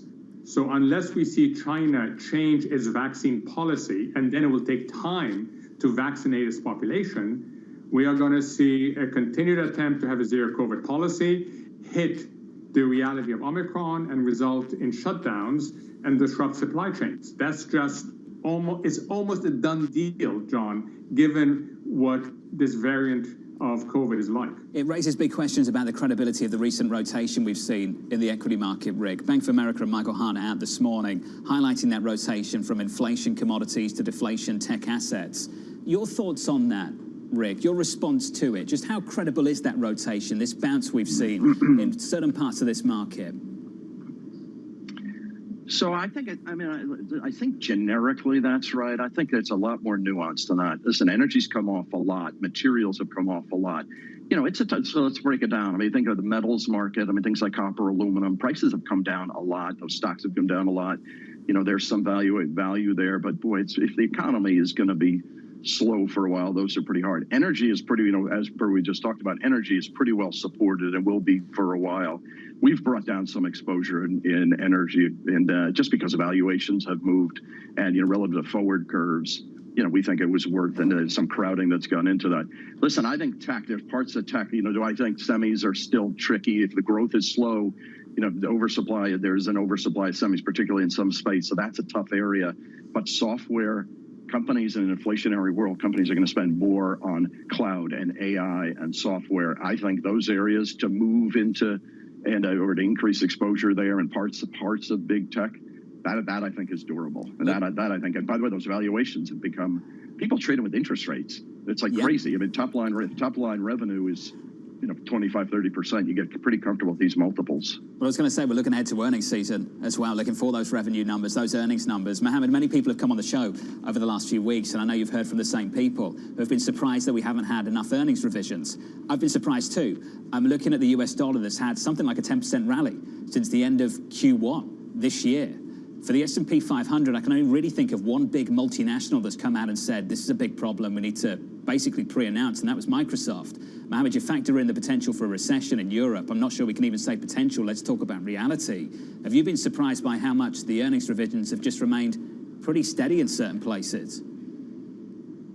Surprise, no, John. There's an inertia to them. You know that, right? It's very hard to revise down. And then once you start revising down, it becomes a herd behavior and it builds on itself. So I'm not sure whether we will be having this conversation in 3 months' time for the reasons you've cited. You know, we've gone from a cost issue for corporate America, which you could pass on through higher prices, to a real question now as to whether your demand will hold. The focus is going to be much more on revenues, and the currency issue you raised just amplifies that for companies. So I suspect we will have quite an avalanche of revisions coming our way in the next three to 6 months. Rick, let's finish on that. Where are the revisions based on foreign exchange alone? And then that's just reality. We've got to adjust to that. How are we meant to adjust to that? So I'd say a couple of things. First of all, the last quarter, a lot of the earnings, and it had come through, when you break it down, you saw units down, but you saw revenue in a pretty good spot because you were getting pricing power. What's starting to happen is you're getting the inability to pass through price. And that's where I think, and there's a lag to that. And I think you'll start to see that over the coming quarters. Listen, I think the earnings in some areas will still be durably high when you break down places that you're still getting, certainly, we talked about energy and other places, you know, where you can pass it through.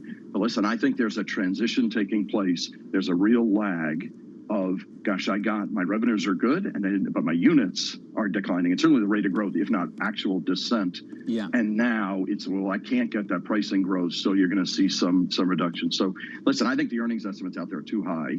and part of why I think equities are just okay. I think those have to come down, and I think you'll see that over subsequent quarters. But I think it'll be more erratic than people think. I think there'll be more dispersion because there's still companies. We see a lot of them, manufacturing companies we talk with. They're not seeing their backlog is still durable. Yeah. So I think it's more dispersion than it is a sheer devastation of earnings. I think they're down, but not that bad. Hey, Rick, awesome to catch up. Fantastic every single month after payrolls. And a special thanks to Mohammed, who was live texting me from the airport back to Cambridge to make sure that he could make this segment. So, Mohammed, just awesome. As always, sir, to the both of you, thank you. Up next, your morning calls, and later, Secretary Walsh from the White House.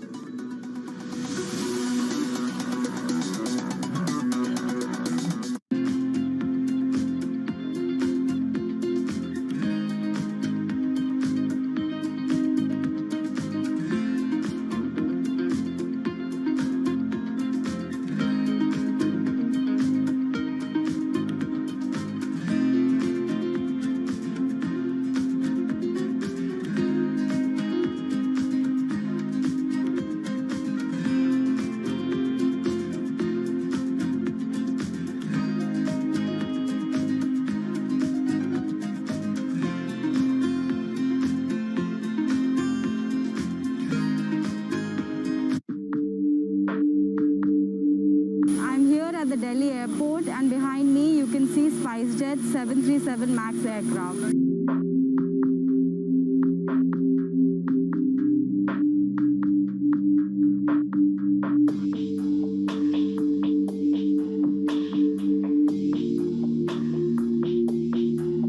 SpiceJet Chairman Ajay Singh earlier today said that Boeing is going to compensate SpiceJet in form of cash and aircraft.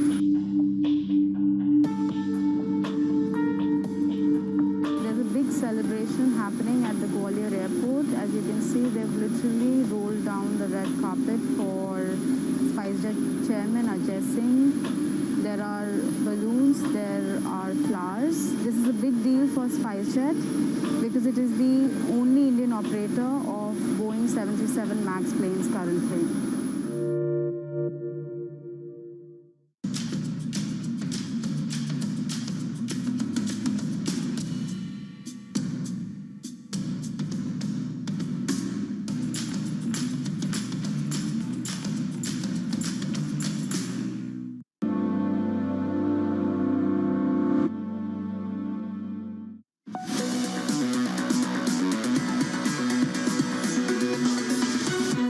Here are your morning calls. JMP downgrading Upstart, citing tighter funding and limited visibility. Wells downgrading iHeartMedia, expecting an upcoming recession to hit radio hard. And finally, Wedbush cuts its price target on Twitter to 43 on uncertainty around its deal with Elon Musk. Up next, reaction to a solid payrolls report from the White House. It's Secretary Walsh and your opening bell next.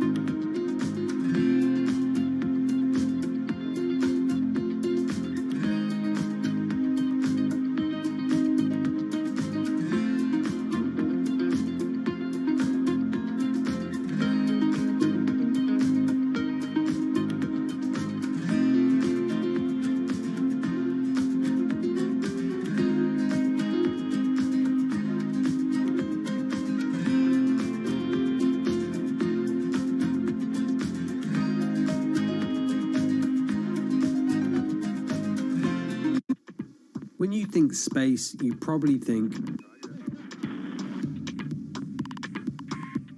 one space agency that travels under the radar is ESA, which is surprising considering what the European Space Agency has achieved and how vital it is to the global space industry. We've collaborated with pretty much everybody who is involved in space exploration. ESA wants to be a leading force in furthering humanity's mission into space. Commander Ground, do you copy? Copy. If we want to have successful human missions to Mars, we are going to have to learn to live and work off-world in a different way. The place where we are going to learn to do that is on the moon. Can ESA help humanity take its next giant leap? Lots happening on Wall Street. It's the basic law of economics. It validated what the market was already pricing. Need to catch up? This is Bloomberg Wall Street Week. I'm David Weston. We've got the information and insights. David, you just hit the nail right on the head. From businesses most influential and instrumental. And that's the way you run good risk management. It's a challenging dynamic. We could continue to see that kind of strength. Bloomberg Wall Street Week premieres Friday with replays all weekend on Bloomberg Television and Radio. Why do the biggest names in business choose Bloomberg? That is a great question. It's a great question. It's a great question. Great question. Great question. Great question. Great question. That's going to be the best question I get all night. I'm glad you asked that. Bloomberg Television. Top experts. Great questions. I think that it's hard to put your head around any narrative. Let's just be honest. We've had sort of a shift in, are we in some sort of stagflation fears moment? People were talking about that all day yesterday.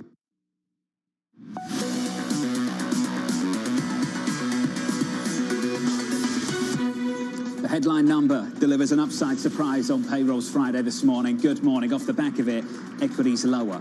Equity futures down 0.5% on the Nasdaq after a really tidy week of gains on the Nasdaq 100. We're down about 1 percentage point on the Russell. We're down by 0.4%. The why, you'll find the why in the bond market. Switch up the board and get to the bond market. 10-year yields climbing higher. 2-year yields by a whole lot more. Up 5 basis points on a 2-year. Up this morning by about 10 basis points rather on a 10-year. Up 5 basis points to 3.043% on a 2-year right now. We're back down to positive 8 basis points. I'll get my numbers correct for you. Up to 3.1%. This idea that the Fed's going to have to do more goes 75 basis points at the end of this month, pushing equities back down again. In the FX market, euro-dollar briefly breaking 101, then bouncing back. Bit of resilience here after getting absolutely hammered over the last few months. Euro-dollar 101.68 and crude 104.63. Output in America looks good based on that labour market report, and we've got a rally again on crude. About 40 seconds into this, let's get you some moves around the open. We can do that with Abby. John, sticking with that stock and bond story, and of course after that hotter than expected jobs report, yields higher. Well, as you mentioned, that's pressing stocks lower, especially big tech. Microsoft being one of the big culprits on the day, down 1.4%. Of course, rising yields bring into concern valuation. Twitter underperforming on that theme as well, but it also has to do with that Washington Post report saying that the deal, Elon Musk's potential deal to buy Twitter is at risk based on the fact that they may not be able to verify the company's bot information. On the upside, though, in one of the few sectors that's higher, Occidental Petroleum up 2% as oil sticks around $105 per barrel. And the same deal for banks. Banks are another one of the up sectors. JP Morgan up about 0.3%, getting a little bit of a lift from those rising yields. Abby, thank you. You mentioned that Twitter deal, so let's talk about it. The stock is down about 4%. Here's the quote from the Washington Post story that Abby referenced. Here it is. It's in serious jeopardy. Musk's team concludes Twitter's figures on spam accounts are not verifiable. Musk is going to deliver a speech from Sun Valley tomorrow. Our man is there right now. Let's get to Ed Ludlow for more. Morning, Ed. Yeah, good morning, John. The spread on the deal is at its widest point since mid-June, around $17 between the $54.20 offer price and where we're currently trading. The timing of that Washington Post story, very interesting, because you'll remember yesterday morning, Twitter executives briefed that the number of users on the platform that are bots are less than 5%. They said that the methodology and data was not verifiable by a third party, but that they used a mix of private and public data and that they could verify it. Then you had the Washington Post story come out, and that's really what it's about. According to anonymous sources, the Musk camp does not think that it's verifiable. What's also interesting about that reporting, John, is that they say Musk has stopped talking with at least one potential equity partner on the financing side. I find that interesting because reports had been that Musk was talking with many potential equity partners. So if he stopped talking with one, it's hard to draw an inference from that. Musk arrived to Sun Valley yesterday evening, sources tell me. He snuck through the back door. We haven't laid eyes on him yet, but he's here and he's going to speak Saturday. And my understanding is that he will address this issue. Not major news for this market that sniffed this out quite a while ago. Ed Ludlow, thank you on the latest. Looking forward to that speech and your coverage of it. The stock's down by about 4%. Where are we? 37 handle. Agreed price was 54.20. I can't remember the last time we were anywhere near that agreed price on Twitter. Right now, 37. Let's call it 37.30. That's the story for Twitter. Here's the story for the broader equity market about 3 minutes in. Stock's lower by 0.4%. On the S&P, on the Nasdaq, down about 0.8%. Michael Hartnett of Bank of America always puts out his note on a Friday morning. I always enjoy reading it. Here's a snippet of it for you. It's a summer narrative of second half recession and 23 Fed rate cuts and a big rotation from inflation, commodities, to deflation, tech assets. Let's get to Kaylee Lines for more. Hey, Kaylee. Hey, John, the basic idea here is that rates are going to go up, growth is going to go down. So then where do investors go? The answer seems to be cash. At least that's what we saw over the week ended Wednesday. When you take a look at flows, $63 billion flooding into cash, or in some sense, getting out of other assets. Now, the money also is going into bonds, $2.4 billion worth of inflows there globally. So that does signal that desire for a safe haven. But then look, equity outflows, $4.6 billion. So what does that signal about the trajectory of this market? Well, Hartnett says we're going to be range bound, that will trade between 38 and 4,200 basically through the summer rather than seeing a continued rebound. And it's worth noting we've already been in that range really for the last 2 months. He goes on to say that the bear market isn't over and the big low has yet to be reached. On the surface level, beneath the surface of the index, he talks about that rotation you just mentioned there, John, out of commodities plays into plays like technology as the narrative shifts from one of inflation to one of deflation. And we certainly have seen that reflected in commodities prices themselves across the ags, the metals, even oil, those prices coming down. It helps explain why energy, after being far and away the outperformer in the first half, a week into the second half, it's the worst performer on a sector basis, John. Kelly Knight, thank you very much. All responding to this payrolls report, this equity market shifts lower, yields break out, and there's a broad consensus off the back of it that this Fed is going to 75. Here's BlackRock's Jeff Rosenberg. The lack of payroll slowing here and the lack of an increase in participation is just, again, highlighting the pressures on the Fed here, that you have an overheating economy and they need to really push on the demand side. And so you're seeing the reaction in the front end, reflective of that. The perfect panel on fixed income right now. PGIM's Mike Collins, SocGen Subhadra Rajappa. SocGen Subhadra Rajappa, do you agree that we're going to 75 at the end of this month all over again? Yeah, most likely, given the fact that we've had a very strong payroll print and there's no reason to believe that the inflation print that's due in the middle of next week is going to be any different. So the Fed has stated very clearly that they're keen to front-load rate hikes. We've heard from a few Fed speakers, Waller, Bullard, and others who are in favor of a 75 basis point rate hike. So this is the perfect opportunity for the Fed to be able to deliver that 75 basis point rate hike and deliver as many hikes as they can between now and September, and then perhaps think about slowing down the pace of hikes after that. And then when did they pause? Subhadra, this keeps coming up. 75 looks nailed on. As you point out, this summer, they'll keep going. It's the what next of it. Matt Lazzetti of Deutsche Bank this morning told us on Bloomberg Surveillance they get to 4%. Do you share that confidence conviction they get to 4%? I don't. I think that what happens is that they probably get to 3 to 3.25% in a rush, and then take a much more measured approach on rate hikes, because I don't really see any point in trying to raise rates all the way up to 4% or beyond, and then have to cut very soon thereafter if the economy starts to slow down. So why not take a much more measured approach? Get rates up to maybe 3.25%, and then pause, see how financial conditions evolve, see how the economy is doing, and then think about raising rates if the economy still holds up. That tees you up, Mike Collins. Question 1, 75 at the end of this month. That's the easy one. Question 2, can they get Fed funds to 4%? Yeah, I mean, definitely 75, I think, is in the cards, right? And I think this gives them the opening to do that for sure, Jonathan. So check that box. And then I'm taking the under on the 4% for sure. I mean, the markets are pricing in 3.5 right now. So that's kind of your over-under. So the question is, where do you go from there? I think I'll still take even the under on the 3.5, right? If they do 75 in 2 weeks from now, remember the September meeting isn't for almost 2.5 months from now. A lot can change between now and then. So maybe they do 50 or 75. They're already kind of close to 3 around that point. Maybe they get another hike or 2 in, but I think that the data is going to start decelerating pretty quickly before they even get to 3.5. So you're confident, Mike, we've seen the high, the peak on a 10-year yield? I've asked that question a few times this week. The answer I've actually got multiple times is yes. Do you share that view? Yeah, I do, Jonathan. I don't know if I would say it with 100% confidence, but I think 3.5. Above that on the 10-year is kind of a high water mark for the markets. I mean, the markets were pricing in just a few weeks ago, a month ago, a 4% terminal funds rate. And I felt then that was clearly a peak in terms of Fed rate hike expectation. So I think we've kind of passed that peak. And, when the curve inverts like it has and like it is today, Jonathan, typically that's not a signal to go into cash. It's a signal to start extending duration. So, Badra, your view?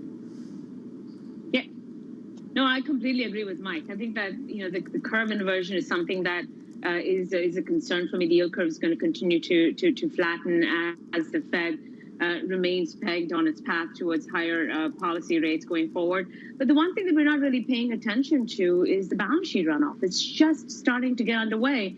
So if you think about it, by the time September rolls around, the Fed's going to be rolling off. Fed close to 100 billion every month is going to be rolling off the Fed's balance sheet. So you're going to see tightening coming from the balance sheet side of the equation, as well as the interest rate hikes being delivered. So after September, a measured approach for policy definitely makes sense, especially given the fact that the yield curve is starting to flatten, and that's going to start signaling a meaningful slowdown in growth in the next 12 to 18 months. So Badra Ajapa sticking with us alongside Mike Collins as we work our way through some of this data. In just a moment, we'll catch up with Secretary Walsh from the White House off the back of a decent payrolls report, 372. Nice upside surprise on payrolls, delivering some gains into equities, you would hope, but that's not how the story works here at all. It's a good news, bad news story because it's yields higher, equities lower. On the S&P 500, we break down a little bit, on the NASDAQ a whole lot more. Looking at treasuries this morning, yields higher by 8 or 9 basis points on a 2-year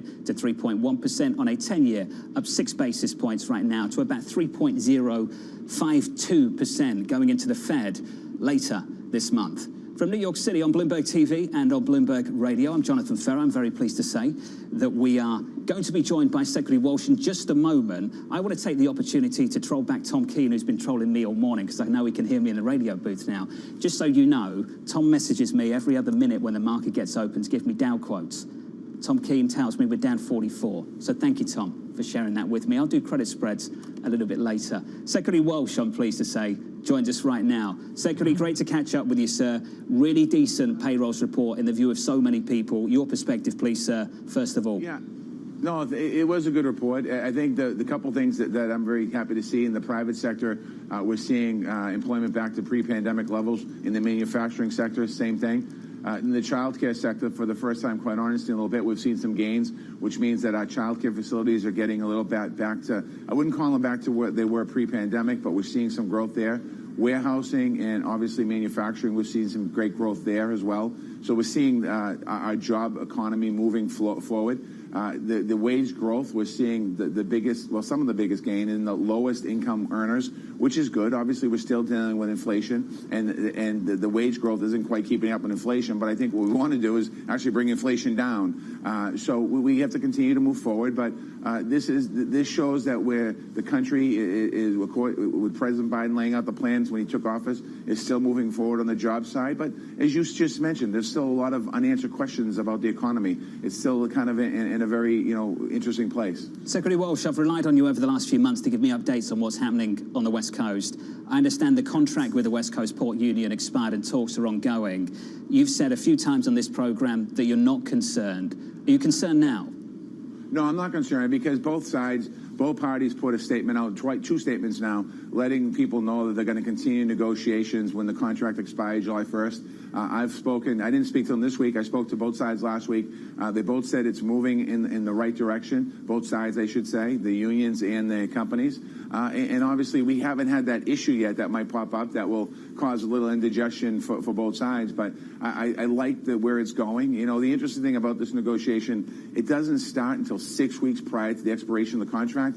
And that's one of the things that, you know, a little different than most contracts. Some contracts you can start negotiation at 6 months prior to expiring.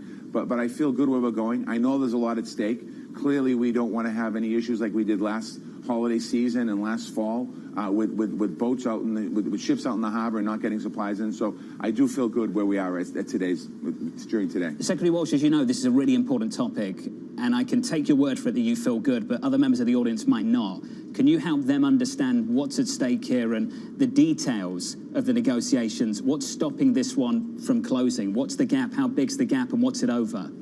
Yeah, so just so everyone understands, when they do the negotiation on the port, they generally go on for long periods of time. And historically, under 2014, it went on for a long time. There was no strikes or slowdowns or lockouts. But what we want to do right now, in the time that we're living in, making sure that people's pressure, they feel the pressure, price pressures at home, they're paying for goods and services, where they're seeing inflation obviously impacting their families. I want to make sure, and President Biden wants to make sure, that we don't have a breakdown in negotiation at the port to add additionally to inflation, additionally to costs. And that's what's at stake, quite honestly. And the contract that they're negotiating is everything from wages to working conditions to everything that you can imagine. So it's a massive contract. There are tens of thousands of workers. There are 9 shipping companies involved in this negotiation. So it's a very long negotiation. Well, I shouldn't say long. It's a very, very challenging negotiation at the table. But when I hear from both sides the same exact thing, that it's moving along, I'm pleased with that. I'm not concerned about the contract expiring on the 1st of this month. Sure. Certainly, next month I come on this show. If we don't have a contract and we're not close to a contract, then you and I might be having a very different conversation. But right now I feel good. Well, let's talk about that. As you know, you can't take their word for it either. Are you preparing for the possibility of a strike? Can you continue to talk to me about what those preparations look like? Yeah, I'm really not concerned about strike. Last time there was a strike at the ports of LA and Long Beach, it was in 1972, I believe. So we haven't had a strike there in quite some time. And the way I look at this, these workers and these shipping companies and these suppliers and everyone working at the port, particularly the workers, they've lived through and worked through a pandemic like a lot of us have. They went to work every day. They were still unloading ships. The supply chain issues or the shortages at the ports weren't necessarily because they weren't unloading the ships. It was because the manufacturing stopped in China. They shut down manufacturing just like they did earlier this year. So workers want to go to work. If workers don't work, they don't get paid. They're not a salaried bunch of people. If they don't work the hours, they don't get paid. They're hourly workers. And that's why for them, there's an interest for the people that work on the ports to make sure this contract gets resolved and they continue to work. Secretary Walsh, just quickly and briefly, and I respect your time, and I just want to squeeze this in. You mentioned China. The president, we understand, will be meeting with advisors today to consider removing tariffs on China. We've been told many times over the last few years from the previous administration and this one that a lot of this is about fairness and also protecting American jobs. Do you have a seat at the table in that conversation? No, I'm not necessarily at the table. I've been involved in some conversations, and I think that, I'm not sure exactly what's going to happen today at the White House. What's your view on it? What have you said back to them?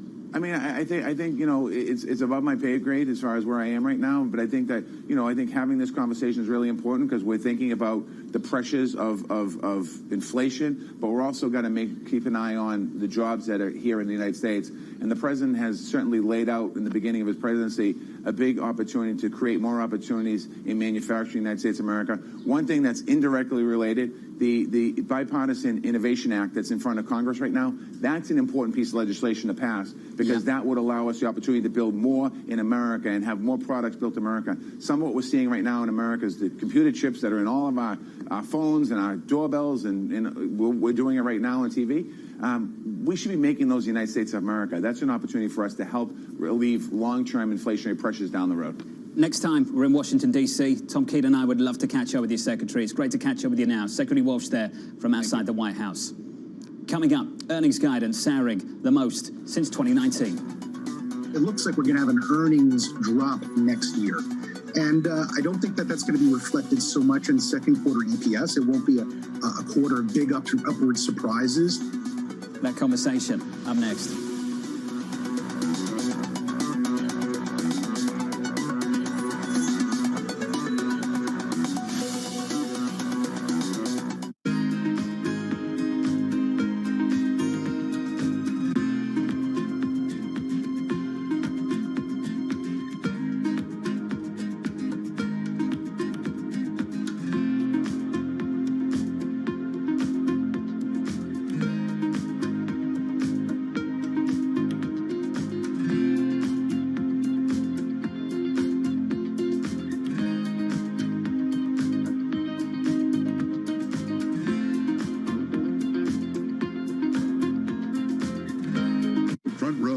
exclusive interviews with the most influential figures in finance. Lloyd Blankfein. Deflation is a terrible thing. Inflation you could tolerate. Kathy Wood. Tesla will be in the pole position to dominate. Jeremy Grantham. We've had a very, very abnormal honeymoon Goldilocks period. First available on the Bloomberg Terminal, then on Bloomberg Television and Bloomberg.com. Front row, the best seats in the house for business's greatest minds.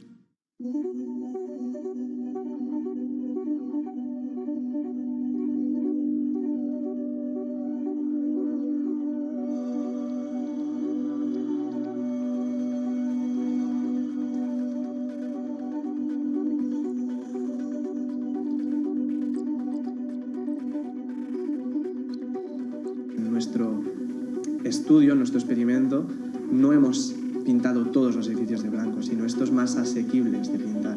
Y ya hemos detectado reducciones medias en el área metropolitana de 0,8 grados aproximadamente en un periodo de ola de calor y con picos máximos de 4 grados de disminución en un momento puntual del día, en una zona puntual del día.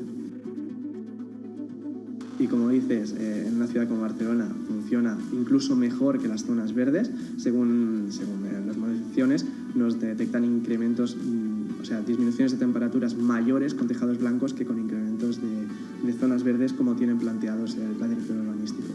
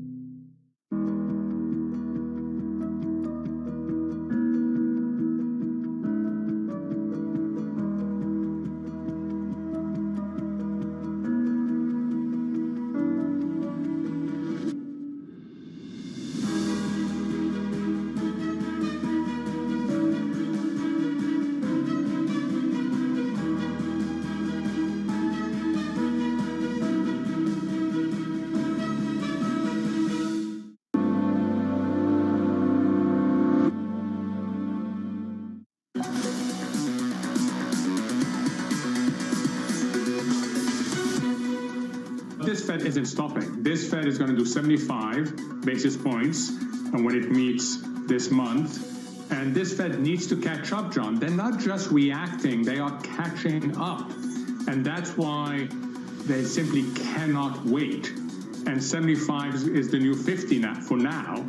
75 is the new 50 for now. Let's get a final word from our panel on fixed income, the brilliant Mike Collins and wonderful Subhadra Rajappa. Mike Collins, you said you think we've seen the high on a 10-year yield. I've asked this question many times alongside that question. Have we seen the wides on high yield spreads?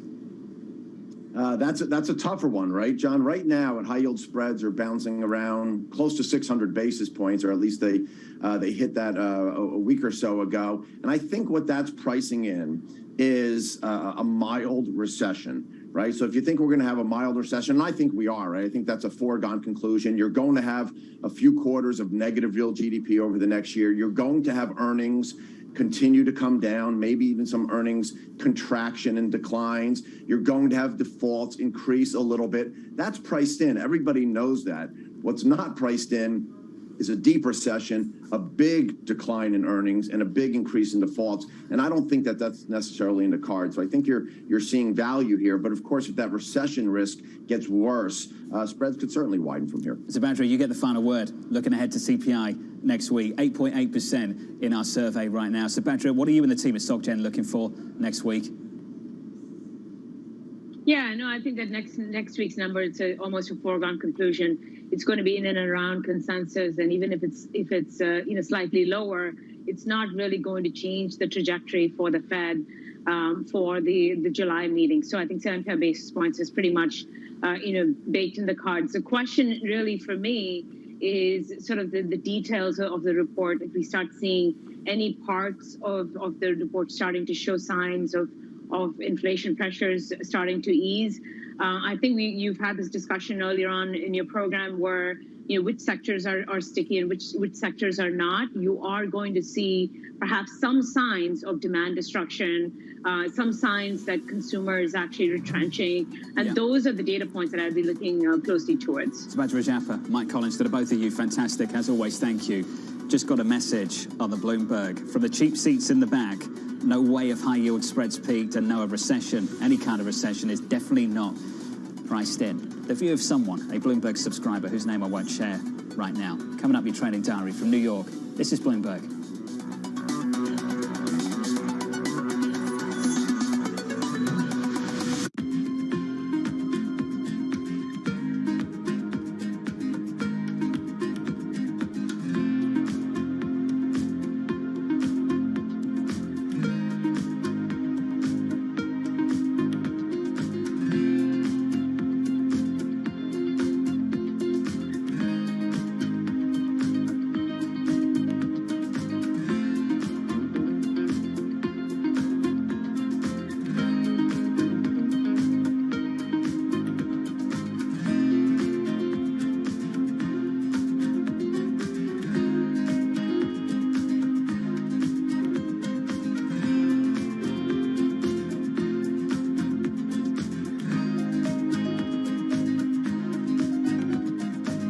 Bloomberg has enhanced search on the terminal to deliver what you need when you need it. Now, you can simply type phrases in everyday English in the command line. Compare financials. Find people. Analyze markets. You can enter phrases or ask questions. What do you want to know today? Ask a question or visit SearchGo to find answers now.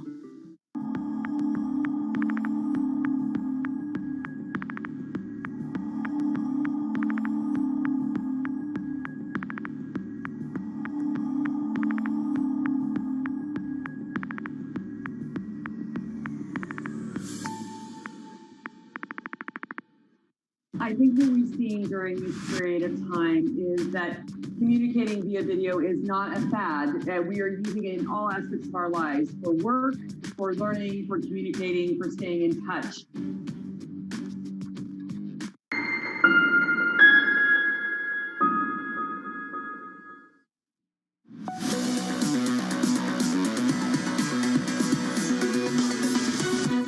A rock-solid jobs report, yields up, stocks down, and a chorus of guests on this program looking for a 75 basis point rate hike from the Federal Reserve month end. Stocks down 0.7%. Here's your trading diary. We'll hear from the New York Fed President John Williams, 11 Eastern, President Biden, 11:30. The big banks kicking off earnings next week with Morgan Stanley and JP Morgan on deck. Biden's heading to the Middle East on Wednesday. We'll get the latest read on inflation with US CPI shortly after that.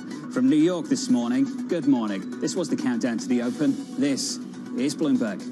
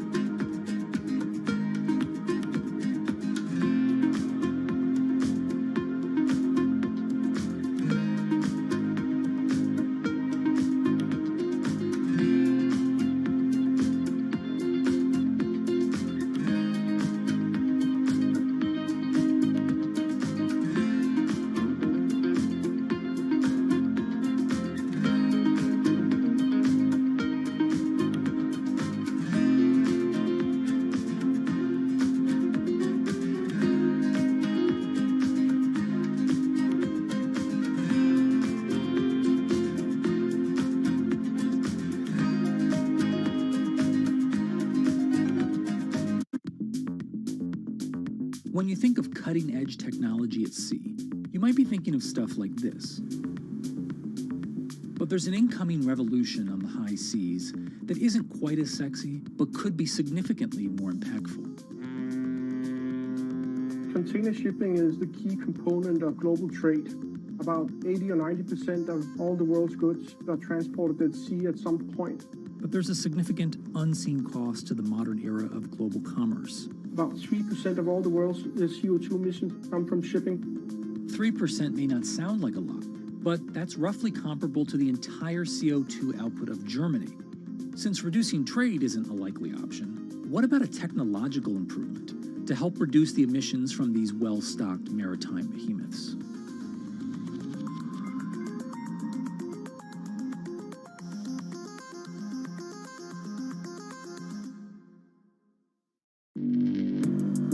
Access the financial world on demand. Hear from leading economists, policymakers, and industry experts via live and on-demand webinars, only from Bloomberg. Start exploring to see what's moving the markets. Visit Bloomberg.com/webinars.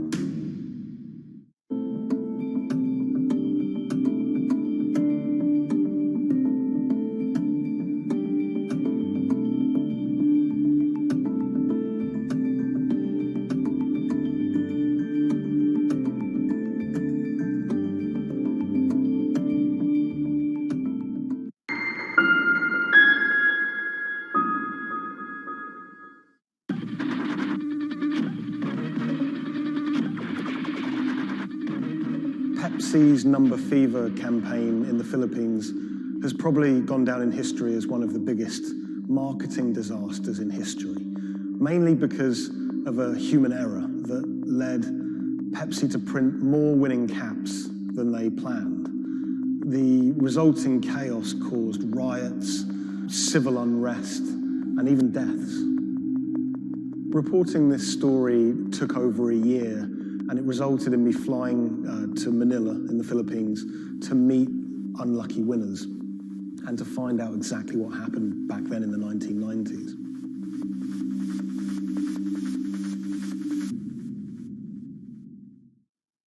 My name is Jeff Maish. I'm a journalist based in Los Angeles. I wrote the story for Bloomberg Business Week about Pepsi's Number Fever campaign. The Philippines is a really interesting country. It's made up of thousands of islands, and it's also a country that's very heavily influenced by America. American culture is everywhere you look in the Philippines. They're obsessed with Frank Sinatra music, for example. They love all things America, and that extends to their love for soft drinks, Pepsi-Cola, Coca-Cola. In the 1990s, it was everywhere.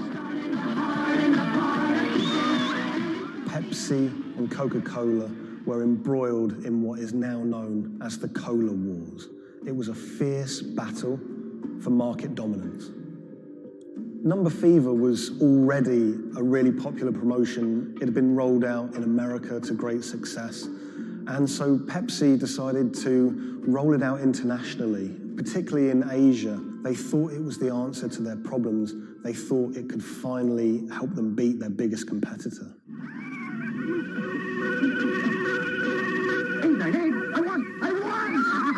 Look for the winning number in sari stores every day, also on TV, radio, and newspapers. You could be a millionaire. $1 million pesos, or $68,000, doesn't sound like a lot now, but in 1992, that was a phenomenal amount of money. You've got to remember that in the Philippines at the time, the average monthly income was about $100, so $1 million pesos was wealth beyond anyone's wildest imaginations.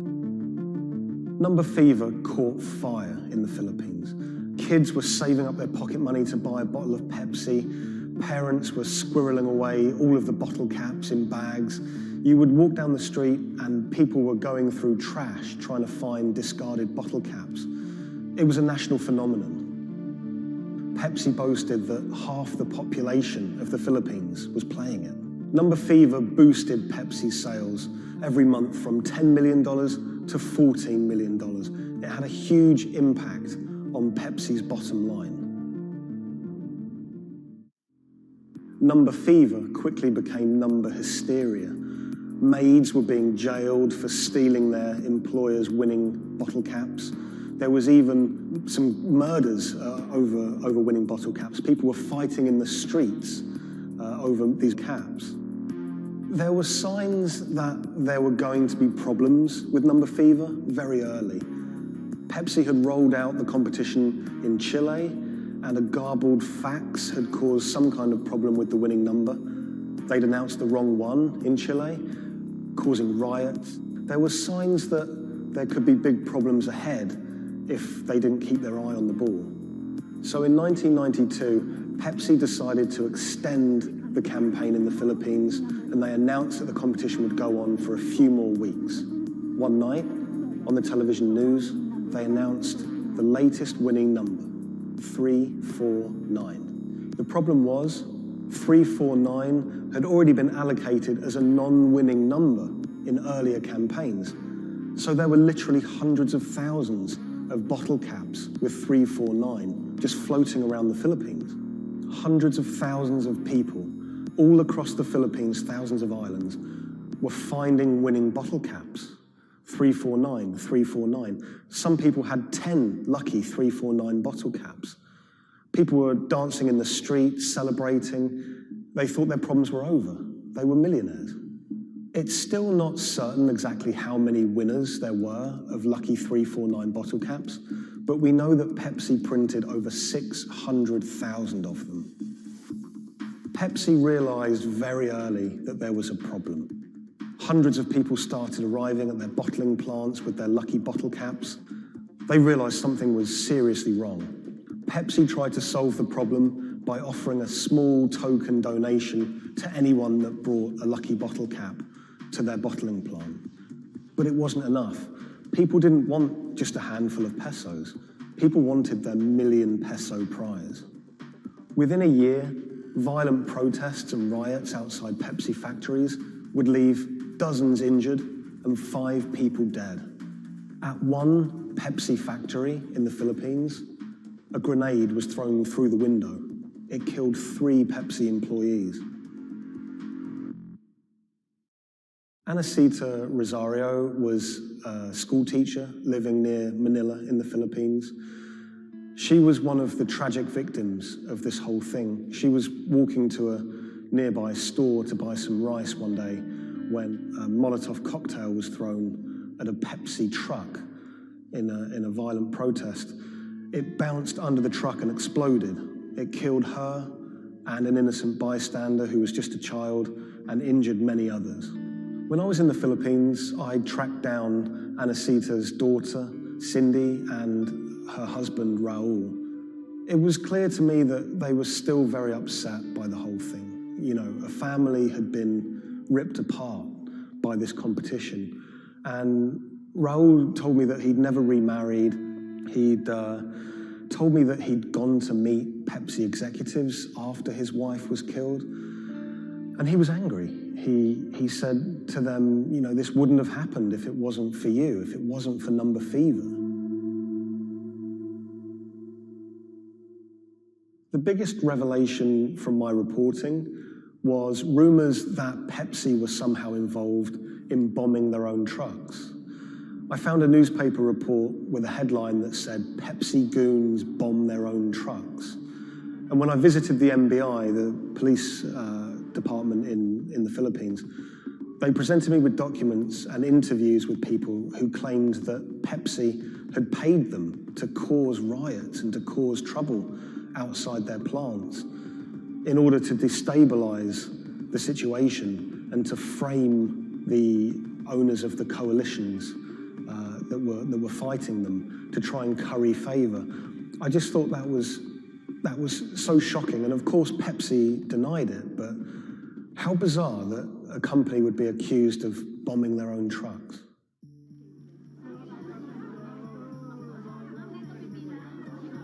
The contest had sparked so much anger in the Philippines because it landed at just this really weird time in the Philippines' history.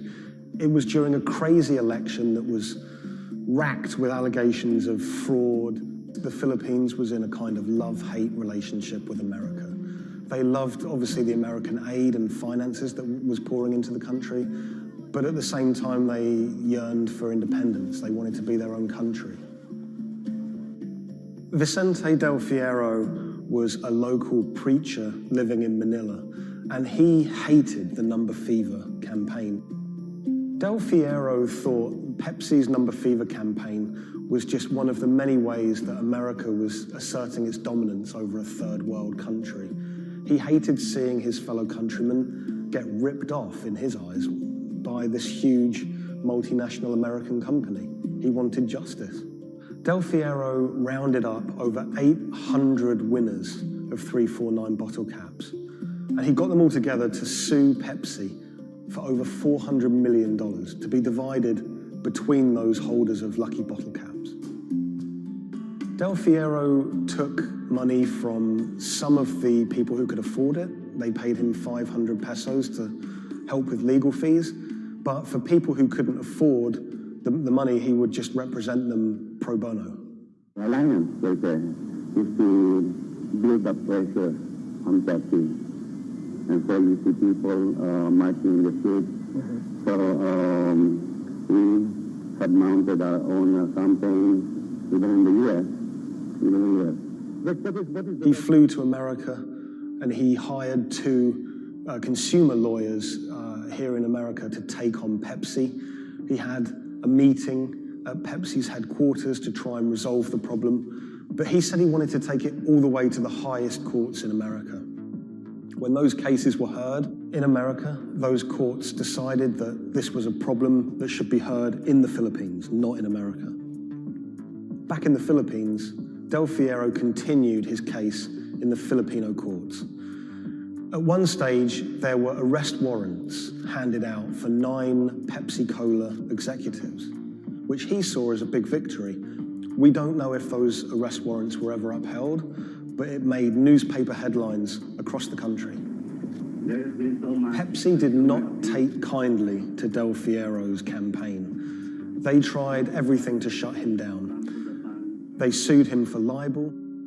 My father had to attend 3 times a month for a branch 145 and another hearing for the branch 113, also 3 times a month. Also, there was a time my father was hospital due to heart failure. Still, he had to attend the 2 branch hearing. Otherwise, for not attending, the judge will issue a warrant of arrest to my father. My father passed away January 13, 2010. After staying for almost 1 year in the hospital, he died of complications due to heart failure. After the death of my father, I was inspired to do the website. PepsiCo will be remembered for what they did to the consumer in the Philippines and to my father.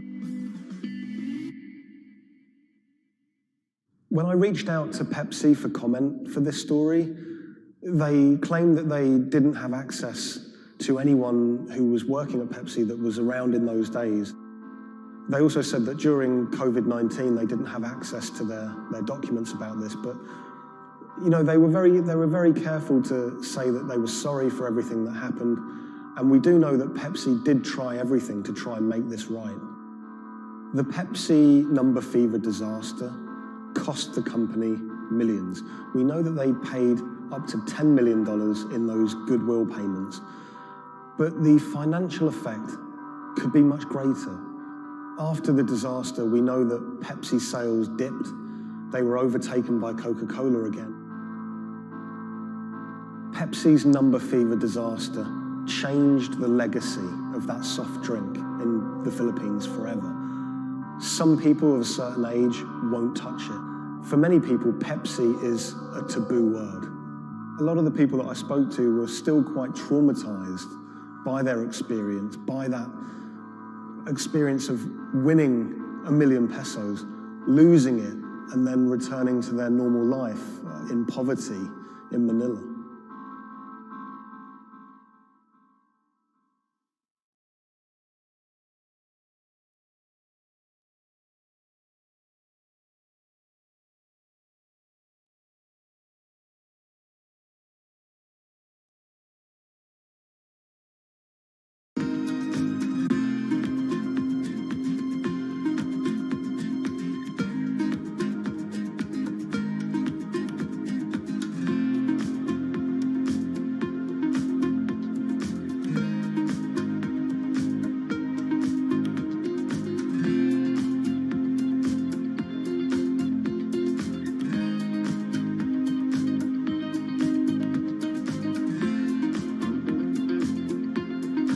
When the news of the bombing came out, it was a massive story in Germany. We are following some breaking news coming to us out of Dortmund in Germany. It was covered by all the media outlets. 3 roadside explosions triggered at the same time last night as a coach left its hotel in the south of Dortmund. Public figures commented on it. We should not let them affect our life, whoever it was. The media echo went far beyond Dortmund.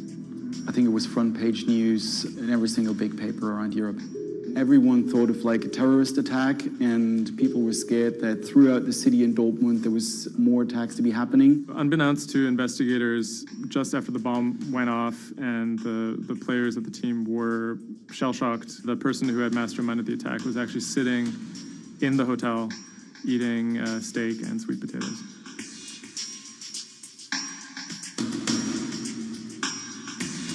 My name is Thomas Rogers. I'm the journalist who wrote the article, The Get-Rich-Quick Scheme That Nearly Killed a German Soccer Team.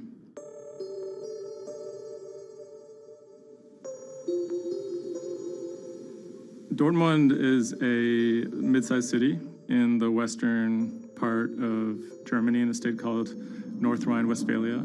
And it's a former industrial city that's kind of fallen on hard times in the last few decades. It was severely bombed in the war, so the center of the city is quite stark. Some of the few high points include its soccer team. My name is Ike Henning. I'm a reporter with Bloomberg News, and I'm a great fan of Borussia Dortmund. Dortmund fans are super loyal. On all match days, the entire city is in black and yellow. It's like a religion. I think more than most German cities, soccer does play a very large role in the identity of Dortmund. In October of 2000, the BVB became the first team in the Bundesliga to actually go public. Salaries for soccer players in the Bundesliga have gone up very dramatically. With such high prices, they thought that by going public, they would be able to compete better with big teams like Bayern Munich. Unfortunately, that didn't go too well. Dortmund bought too many expensive players, high wages, and the club almost went bust in 2005. The price of their shares, it has sometimes gone up, but mostly gone down since they made that decision. So on April 11th, 2017, the team was staying in a hotel on the outskirts of Dortmund. Match days are always special in Dortmund. Everyone is looking forward to it. The team always meets in the same hotel ahead of matches. They stayed in this hotel in order to have a kind of neutral space before games so that they could concentrate, be sort of isolated from distractions, things like that. Everyone was pretty optimistic. They had a chance to go really far, maybe into the finals. I was in the office and getting ready for match day. I was going to meet with a friend, a fellow Dortmund supporter, in a pub. As always, the fans are very excited about matches. On that day, they were heading to play in the quarterfinal against AS Monaco at Signal Iduna Stadium, which is in the center of Dortmund. Shortly before 7 p.m., the players of the team boarded their official team bus. When the bus took off the parking lot of the hotel and turned on the street, there were three detonations, 3 bombs that exploded and hit the bus of Dortmund. 3 explosions occurred close to the Borussia Dortmund team bus. The B team bus had just left the hotel. The explosions destroyed 2 windows in the rear part of the bus. People screamed, people jumped to the ground. The fellow Dortmund fan I was supposed to watch the match with, he called me and said, turn on the TV, there was an attack at the Dortmund bus. And I thought he was like, that was impossible.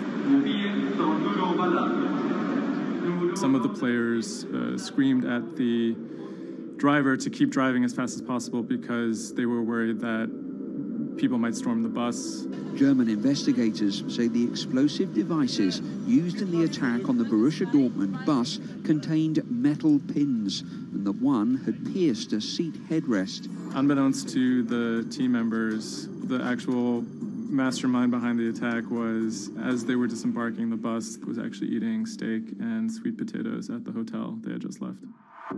Authorities are attempting to verify a letter left at the scene claiming jihadists were behind the attack. Because there had been a series of attacks by Islamic terrorists in Germany and Europe, there was widespread suspicion in the media that this was another Islamic terror attack. 3 letters were found at the site of the bombing that took credit for the attack on behalf of Islamic State. There were, however, reasons to doubt this particular narrative. Would actually be a surprise if ISIS were actually part of this attack. Possibly could be employed by other groups like the far right wing to try and shift the blame. The letters had some strange qualities. They were written in a strange German that used big, sophisticated words, but had basic grammar mistakes, as if someone was native German speaker but pretending to be a foreign person. Federal investigators have detained one man suspected of links to Islamist terrorism, one of 2 suspects whose apartments were raided this morning. Shortly after the bombing, a man in Austria named Rudolf, who was a big BVB fan, he noticed that something strange was going on the stock market related to the team's shares. He emailed the lawyers of BVB, who then forwarded that email on to investigators. The email stated that someone had bought 60,000 BVB put options, a wager that the value of the shares of the team would fall below a certain amount at a certain date. Why would someone buy that ahead of a match and then 3 bombs go off? Something isn't right here. For the person to make money off of that, it required the stock to go down quite a bit in a fairly short period of time. And it wouldn't just be the team losing a match, it would require something much bigger than that. There was another big red flag about this purchase, which is the fact that it had actually been made, number one, on the day of the bombing, but also from an IP address that had been traced to the actual hotel where the bombing had taken place. When 3 explosions targeted the bus carrying the Borussia Dortmund footballers on April the 11th, written notes left at the scene claimed the attack was the work of ISIL. The truth, as is now alleged, is remarkable. On April 21st, the police arrested a man in a southern German city called Tübingen. He was on his way to work, and his name was Sergei Benegold. He seemed like an unlikely suspect because he had no known connections to the Islamic terror world. He didn't seem like a far-right extremist. He didn't seem like a left-wing extremist either. He seemed to be a completely unremarkable young man. A 28-year-old German-Russian man, named only as Sergei W., stayed in the same hotel as the players on the night before the bombing.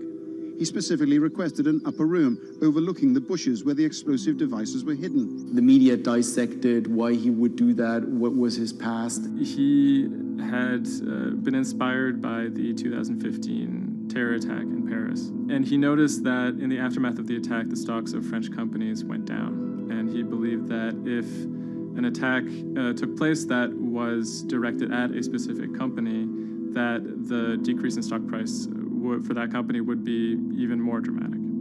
It never occurred to anyone that someone would do that out of greed. We now know that the suspect bought 3 different derivatives on the Borussia Dortmund shares. With all these derivatives, he bet on falling shares. The suspect bought the majority of these financial products on the 11th of April, the day of the attack. If the plot had been completely successful and the stock had reached a value of 0, Benegold would have made up to 570,000 euros, or the equivalent of about $608,000. Ultimately, the plan completely backfired. The attacker, Sergei Benegold, didn't make any money. In fact, he lost money. In court, he would be extremely quiet. He usually kept his hands clasped together. One of the lawyers actually commented that he had never seen a defendant act so calmly. Benegold had served some time in the German military. From that information and from online research, he was able to figure out how to assemble remote detonated bombs that would do what he hoped to do. There were a few days of extremely emotional testimony, including the soccer players who described doubting whether or not they could ever play another game again. It brought everything back up, and it didn't quite help them to kind of process what was going on. Throughout it all, he sat there completely silent. The big mystery that was swirling around the trial was the question of why. He may have simply done it because he wanted to impress a woman. Rebecca is a young woman who has a very troubled home life. She ultimately sees her relationship with Weinergold as an opportunity to leave that troubled home. Weinergold is a Russian immigrant to Germany. He speaks with an accent. He has anxiety in large groups of Germans. She begins to resent the fact that he has these fears and feels a little bit trapped. Rebecca attempts to dump him on multiple occasions, and he threatens to commit suicide if she leaves him. Weinergold apparently told Rebecca that she would soon be seeing a surprise. After being dumped via text message, he apparently began planning for this attack in earnest.